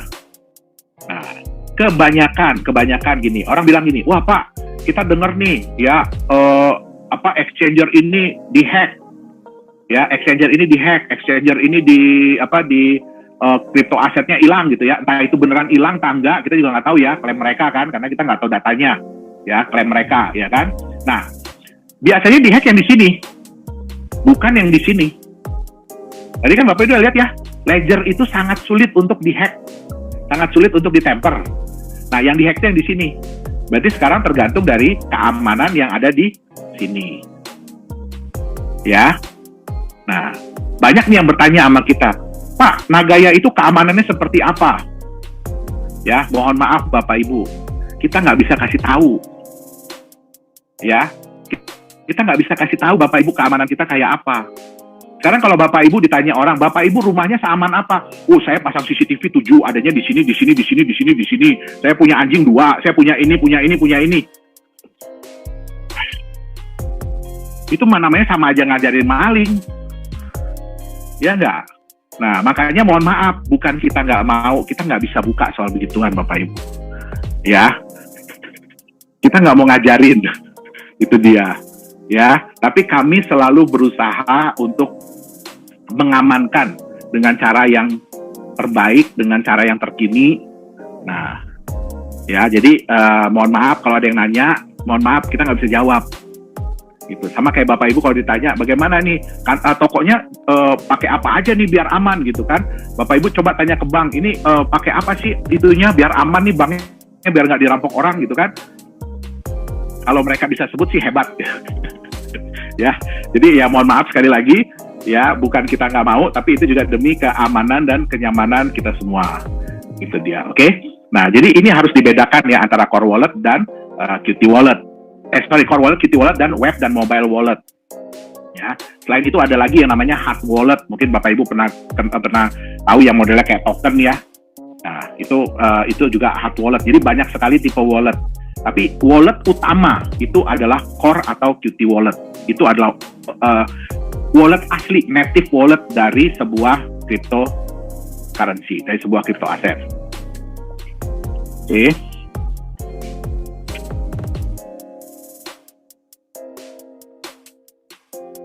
Nah, ini yang saya bilang tadi, mining. Ya. Jadi kalau yang menghitung transaksi, yang menghitung hash dari blok-blok tersebut itu siapa sih? Ya, itu adalah miners. Nah, miners itu apa? Miners itu sebenarnya adalah node, adalah komputer ya atau perangkat yang didedikasikan untuk menghitung. Ya, bukan cuma menyimpan, tapi dia juga menghitung. Ya, menghitung apa? Menghitung transaksi yang terjadi tadi, blok-blok yang terjadi tadi. Nah, mungkin yang ini dia saya mau jadi miners Kemudian yang ini saya mau jadi miners Ya, ini juga sama, ini juga sama. Nah, atau ini juga akhirnya ada yang ikut lagi jadi miners. Jadi bukan berarti yang tersambung dengan network ini hanya miners, tidak ya. Semua wallet dan miners itu tersambung dalam satu network yang sama. Oke?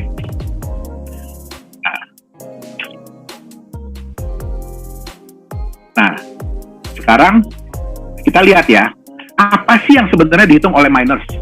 Sebenarnya miners itu tebak-tebakan. Mereka itu tebak-tebakan cepet-cepetan. Menghitung apa? Ini, angka random ini nih, yang disebut dengan nonce. Mereka menghitung ini, setiap blok itu nanti ada nonce-nya beda-beda. Nah, itulah yang mereka hitung. Ya, jadi mereka beda-beda nebak ya nih, kayak gini, sorry. Saya kasih lihat yang punya Nagaya, lihat dari sini aja deh.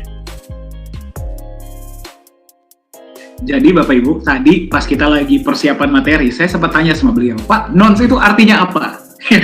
Beliau bilang nanti ikuti ada sesinya, nanti akan saya ceritakan. Nah, benar, baru diceritakan sekarang saya. Iya, Pak Dhani mau ngeduluin. Mau nyontek saya. Oke.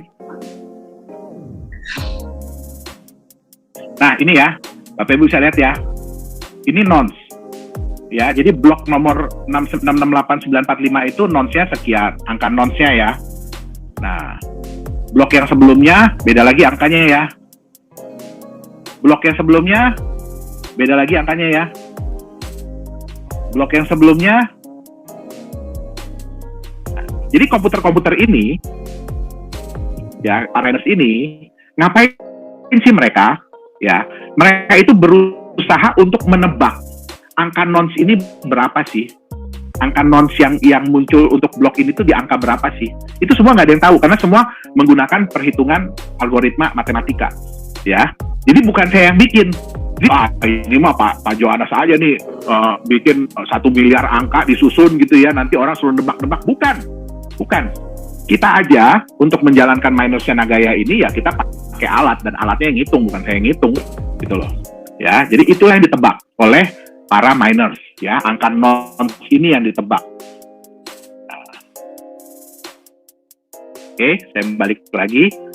Nah, untuk setiap blok nih, jadi kalau ada yang ketemu nih, ya, kan misalkan ada tadi ya 5 miners atau 10 miners gitu ya, ada yang nebak duluan nih angka nonsnya, sehingga menghasilkan hash ini gitu ya.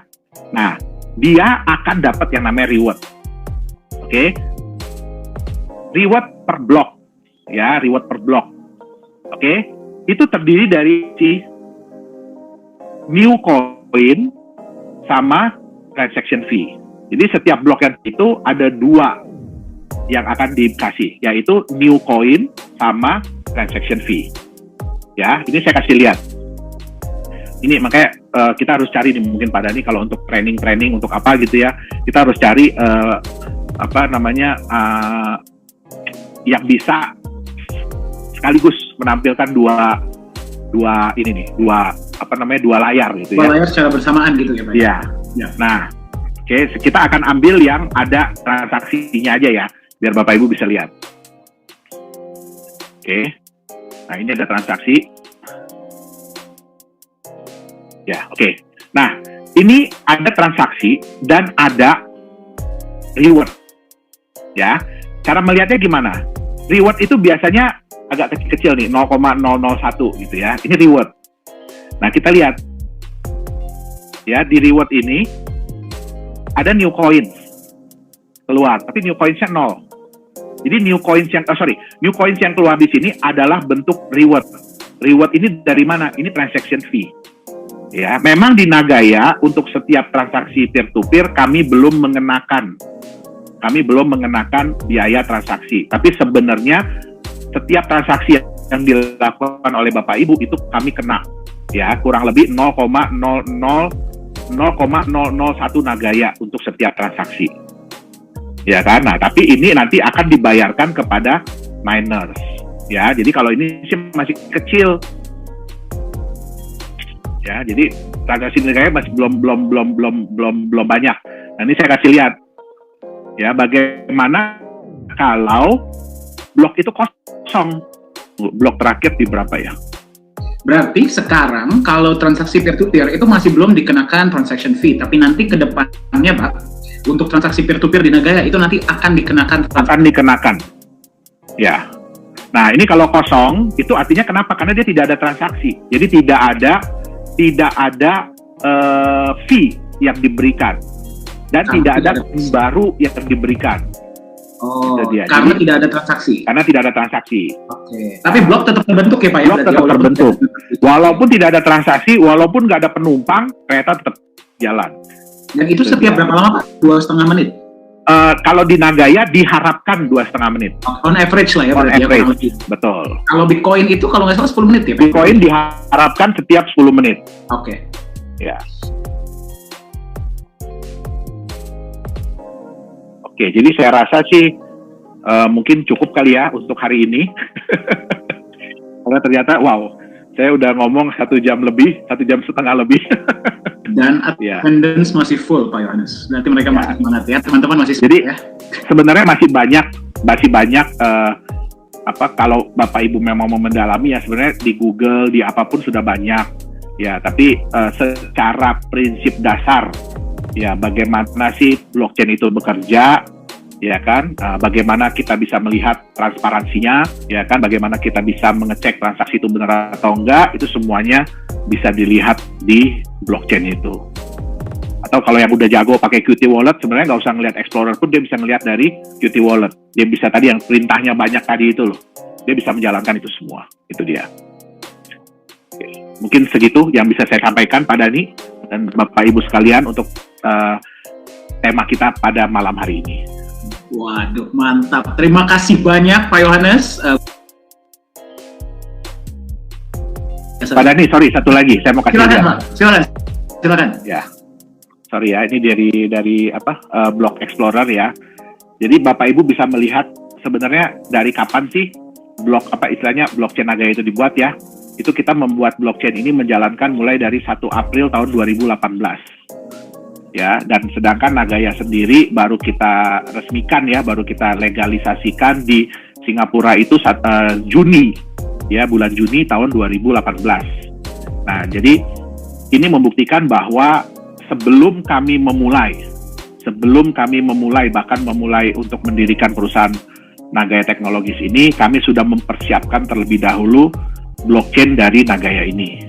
Ya, jadi banyak yang mungkin developer lain yang mereka ya PO sistemnya. Mungkin Bapak Ibu tahu ya, kalau kita beli barang ada sistem siap udah jadi barangnya atau sistem PO gitu loh. Nah, kalau di Nagaya kami bukan sistem PO. Jadi kami memang sudah mempersiapkan dulu blockchain dari Nagaya ini sebelum kami mendaftarkan diri di Singapura, ya baik di pemerintahnya maupun di asosiasi-asosiasinya. Itu dia. Jadi mungkin itu yang bisa saya tambahkan Pak Dhani. Nah, itu bukti ya, Bapak Ibu ya. Ini ilmu beliau ini saking banyaknya, itu nanti sesuatu yang baru akan muncul lagi ya. Jadi mungkin nanti Pak Yohanes mungkin kita bisa siapkan sesi selanjutnya ya. Bagi teman-teman yang mau belajar lebih dalam tentang blockchain, lebih dalam tentang. Nah, ini Bapak Ibu mengundang beliau untuk kita bikin sesi itu sangat sulit.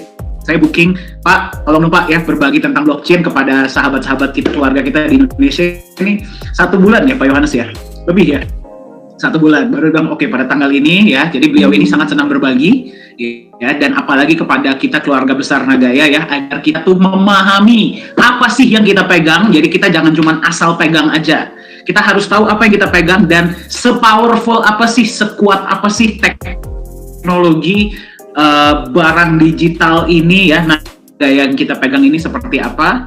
Nah, itulah tugas kita ya, memberikan edukasi ya. Sekali lagi thank you Bang Pak Yohanes ya. Saya ingin rangkum dulu Pak sedikit.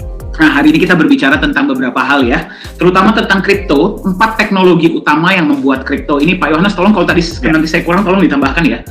Ini yang saya tangkap nih ya, adalah blockchain, decentralized network, distributed ledger, dan encryption. Betul ya? Oke. Nah, power dari sistem blockchain itu adalah decentralized network ini adalah transparan tapi rahasia. Transparan, siapapun bisa buka, tapi dia rahasia. Ya, jadi tadi Anda bisa lihat transaksi tersebut bisa Anda lihat di Block Explorer di dalam Qt Wallet, tapi Anda tidak bisa, kalau Anda bukan yang pengirim dan penerima ya, Anda nggak akan bisa tahu itu dari mana ke mana. Ya, Anda bisa lihat terkirim sekian Nagaya, tapi dari hash ini, dari wallet ini ke wallet ini. Ya, itulah yang namanya enkripsi ya, betul ya Pak Yohanes ya? Dienkripsi beberapa kali, jadilah wallet address tersebut. Nah, yang membuat blockchain powerful, dia tidak ada central network, yang berarti akan lebih sulit untuk ditemper atau dirubah. Nah, kemudian kita juga berbicara hari ini tentang berbagai macam wallet, ya. Berbagai macam wallet, beberapa diantaranya adalah web wallet, mobile wallet, ada juga hard wallet, dan juga wallet terutama dari sebuah koin itu adalah Qt Wallet, ya, wallet sebenarnya. Nah, Qt Wallet ini hanya dimiliki bagi koin-koin yang memang berjalan di blockchain sendiri. Ya, token itu tidak akan punya Qt Wallet, betul ya Pak Yohanes ya? Betul. Ya, jadi hanya koin-koin yang berjalan di blockchain sendiri, contohnya Bitcoin, Litecoin, dan Nagaya, ya, beberapa di antaranya. Nah, Qt Wallet ini memang Anda harus gunakan dengan lebih berhati-hati ya. Tadi saya sudah kirimkan linknya, Anda kalau mau coba-coba menggunakan, mau download silakan, tapi berhati-hatilah. Karena kalau sampai sesuatu terjadi di Qt Wallet Anda, bahkan kami dari manajemen pun tidak bisa membantu Anda. Ya, tapi memang itu sangat aman seperti berangkas Anda sendiri. Ya, itulah Qt Wallet, decentralized wallet, dan juga tadi kita berbicara tentang mining. Ya, di dalam mining itu biasanya mendapatkan koin baru dan juga mendapatkan transaction fee. Nah, ini nanti harus kita rekam nih Pak Yohanes ya, agar teman-teman yang tadi mungkin belum mengikuti nanti bisa menyaksikan atau bisa mempelajari juga. Oke, baik. Nah, Pak Yohanes, mungkin kita menjawab 2 atau 3 pertanyaan ya Pak ya, karena keterbatasan waktu ya, sudah hampir jam 9 WIB. Nah, ini ada satu pertanyaan seperti ini Pak. Pak Yohanes, setahu saya, kalau sistem proof of work, kalau koinnya sudah habis keluar semua, berarti blockchain-nya tidak jalan lagi dong. Setahu saya, Nagaya itu kan juga menggunakan sistem proof of work. Bagaimana Pak? Oke. Ya, tadi kita udah lihat ya sebenarnya ya di Block Explorer ya, di Block Explorer kita, bahwa walaupun ya kan Nagaya memang sudah di pre-mine istilahnya, jadi semua koin sudah dikeluarkan, walaupun tidak ada koin baru yang terjadi, tapi blok itu tetap berjalan. Ya, jadi karena reward itu kan ada koin baru dan transaction fee. Ya, kalau tidak ada koin baru yang keluar ya koin baru 0. Kalau tidak ada transaction fee ya transaction fee juga 0. Artinya apa? Walaupun blok itu terjadi, tapi tidak ada reward yang diberikan. Tapi bukan berarti bloknya nggak jalan. Tetap blok itu akan berjalan. Isi nggak isi, tetap dia jalan. Oke, jadi walaupun koin baru tidak keluar, tapi tetap akan ada yang namanya transaction fee ya Pak ya? Betul, kalau ada transaksi yang terjadi di blok tersebut. Oke, nah berarti tadi Anda bisa lihat ya, ada 2 macam benefit. Jadi bagi Anda yang merasa bahwa mining itu hanya mendapatkan koin baru, nah itu adalah pemahaman yang keliru. Ya, kalau misalkan dalam koin dan walaupun dia itu proof of work itu ada 2 macam, yaitu adalah koin baru atau transaction fee. Ya, kalau kayak contohnya Bitcoin, dia masih bisa memproduksi koin baru, tapi kan akan ada waktunya dia akan habis, sudah keluar semua. Nah, pada saat itulah berarti para miner ini akan tetap mendapatkan transaction fee, betul ya Pak Yohanes ya? Betul. Ya, jadi semoga menjawab ya. Kalau nggak bahaya dong nanti. Begitu Bitcoin nggak ngasih reward koin baru, berhenti dong bloknya. Berhenti dong. Ya, Kan katanya kan jangka panjang. Bukan seperti itu. Oke, baik. Blok tetap jalan. Oke, baik. Nah, Pak Yohanes, pertanyaan selanjutnya. Pak, sekarang kan staking lagi heboh tuh Pak. Kenapa Nagaya tidak menggunakan sistem proof of stake atau staking? Oke, baik. Jadi kita harus tahu dulu ya sebenarnya staking itu untuk apa sih sebenarnya ya? Kenapa sih dibuat staking? Ya, Bapak Ibu mungkin kita pernah bicara ya, kita pernah cerita ya bahwa apa sih yang membuat seseorang itu mau menyimpan asetnya kalau dia bisa mendapatkan nilai lebih, betul nggak? Ya, nah, sedangkan di banyak kripto aset lain, ya, mereka itu karena tidak menjalankan bisnis atau karena mereka tidak mau sharing profitnya ya, mereka nggak mau membagikan benefit kepada yang lain dalam bentuk yang real, sehingga mereka akhirnya memberikan reward dalam bentuk koinnya itu sendiri. Nah, itu yang pertama. Yang kedua, mereka kan berusaha nih, bagaimana caranya supaya membuat orang itu lebih mau menyimpan asetnya daripada menjual. Nah, jadi pilihannya ada 2. Kalau Anda mau simpan, Anda dikasih koin tambahan. Tapi kalau Anda mau jual, ya berarti Anda nggak dapat lagi koin tambahan, betul nggak? Nah, yang menjadi pertanyaan bagi kami adalah, dari mana dasarnya mereka mengeluarkan? Kita nggak tahu nih ya. Jelas, datangnya dari ya, mana? Nggak jelas ini perhitungannya datangnya dari mana. Nah, terus kalau koin baru terus diberikan, jadi staking itu kan adalah hasil dari koin baru yang keluar, ya, sampai nanti mencapai jumlah tertentu. Nah, apa yang akan terjadi kalau udah habis koinnya? Nah, satu hal yang mereka bisa lakukan adalah biasanya yang staking ini mereka bisa nambah jumlahnya koinnya, ya. Nah, Bapak Ibu harus ingat, pada saat koin staking ini memberikan koin-koin baru, artinya apa? Supply di market akan bertambah, betul nggak? Ya nggak? Supply koinnya akan bertambah. Sedangkan ya prinsip market kita tahu bagaimana caranya supaya supply itu berkurang. Ya, kalau supply itu terus bertambah sampai suatu saat nanti akan ada bom waktu. Kenapa bom waktu? Karena orang pasti akan lepas ini koin-koin hasil staking ini. Karena mereka udah tahu, wah ini koinnya udah mau habis nih. Stakingnya udah nggak akan keluar lagi nih. Ya kan, ya udah mendingan saya lepas. Nah, di Nagaya sebenarnya ya, kami pun memberikan staking sebenarnya kalau dilihat-lihat. Kenapa? Kami memberikan penambahan emas. Kami memberikan benefit lainnya tanpa menambah jumlah Nagayanya. Itu harus diingat. Ya, tanpa menambah jumlah Nagayanya. Artinya apa? Kami bisa nantinya menjaga supply. Supply Nagaya itu bisa dijaga. Kami bukan menahan koin sementara dengan cara ngasih koin baru. Itu jadi kayak bisul. Ya, di dalamnya numpuk benjol tambah gede nanti meledak. Nanti pecah bisulnya. Nah, begitu udah pecah ya semua keluar. Nah, di Nagaya kita sebenarnya staking. Kalau bisa dibilang kita staking. Kenapa? Dengan Anda menyimpan koin Anda mendapatkan benefit. Tapi benefitnya bukan menambah supply. Jadi bukan malah nambah keluar koin baru, tidak. Gitu. Ya, kita memberikan benefit yang lebih real. Dan yang terpenting apa? Benefit ini terukur, berbeda dengan staking. Kalau staking nggak terukur, karena itu semua diprogram aja, gitu loh. Ya. Nggak bergantung dari performance perusahaannya, nggak bergantung dari performance apanya, nggak ada yang jelas. Nah, makanya di Nagaya kami lebih ingin memberikan staking dalam bentuk yang real. Jadi bukan angka digital lagi, tapi kami berikan dalam bentuk yang real. Itu dia. Oke, berarti kalau boleh saya simpulkan Pak Yohanes ya, berarti kalau dalam bentuk staking, nah kan kita pernah ada sesi juga dengan Pak Lukman, kita juga sempat berbicara tentang ini nih Pak.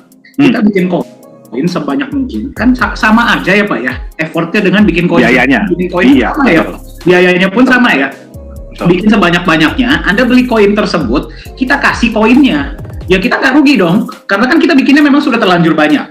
Nah, lebih banyak koin baru yang dibuat, nah berarti supply di dalam market itu berarti bertambah, bukan justru berkurang. Betul. Ya, karena semua orang justru diberikan koinnya, berarti koin tambah lama tambah banyak yang keluar.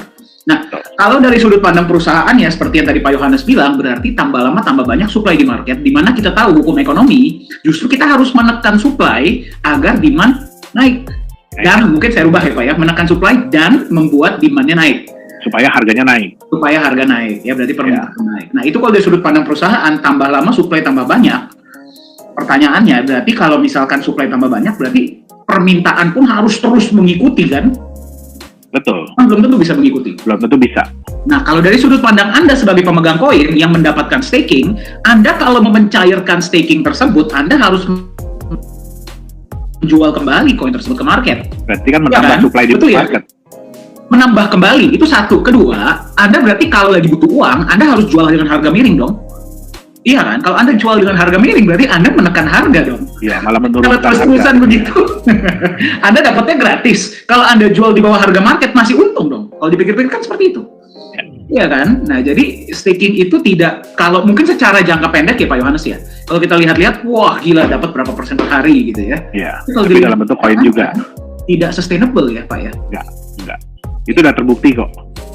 Ya, jadi makanya di Nagaya, Anda pegang Nagaya, yang Anda terima stakingnya apa? Anda terima penambahan emas dan US dollar. Datangnya dari mana? Dari proyek. Jadi kita tetap menekan supply di market, berarti Anda tetap menekan, nggak usah terlalu banyak, nggak perlu dijual Nagayanya kalau nggak perlu banget, dan Anda tetap menerima benefit. Masuk akal banget Pak Yohanes. Jadi menjawab ya, kenapa Nagaya tidak menggunakan sistem staking? Kita pernah ada satu pertanyaan Pak Yohanes ketika kita bikin AMA waktu itu. Ya. Oh ya.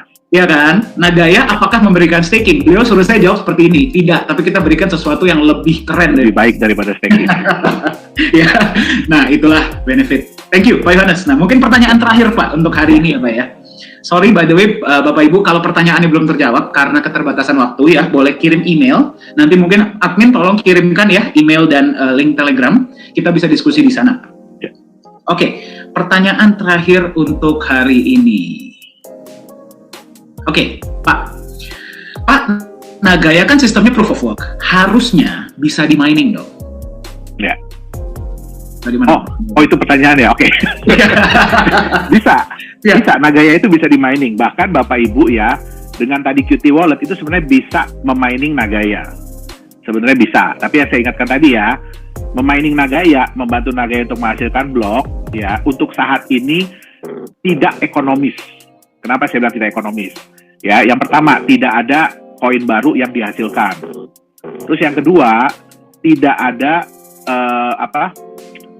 transaction fee kita tuh masih belum banyak. Jadi jumlah peer-to-peer transaction kita tuh masih belum banyak, sehingga fee-nya juga masih belum banyak. Makanya kita masih bisa kasih free untuk transaction fee, untuk transfer Nagayanya. Ya, jadi bukannya tidak bisa, tapi belum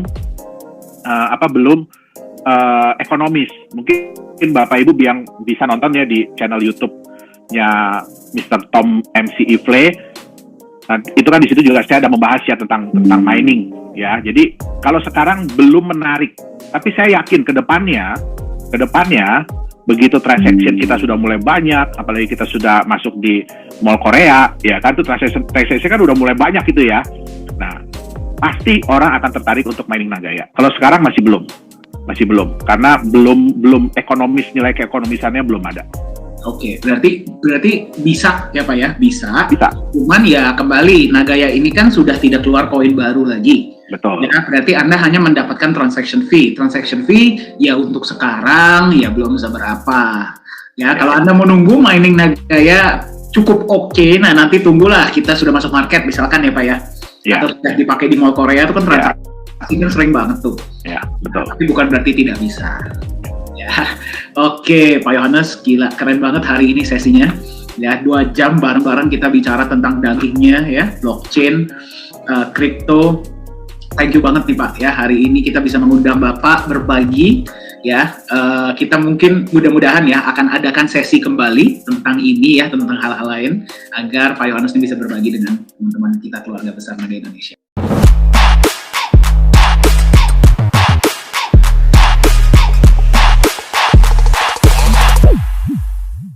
Halo semuanya, selamat datang di Nagaya Family Tim Benilu. Perkenalkan, nama saya Mr. Benilu. Bergabunglah bersama kami, Tim Benilu, the biggest team in Nagaya. Orang cerdas, pilih Nagaya. We are Nagaya Family, nagayakan Indonesia, viralkan Nagaya.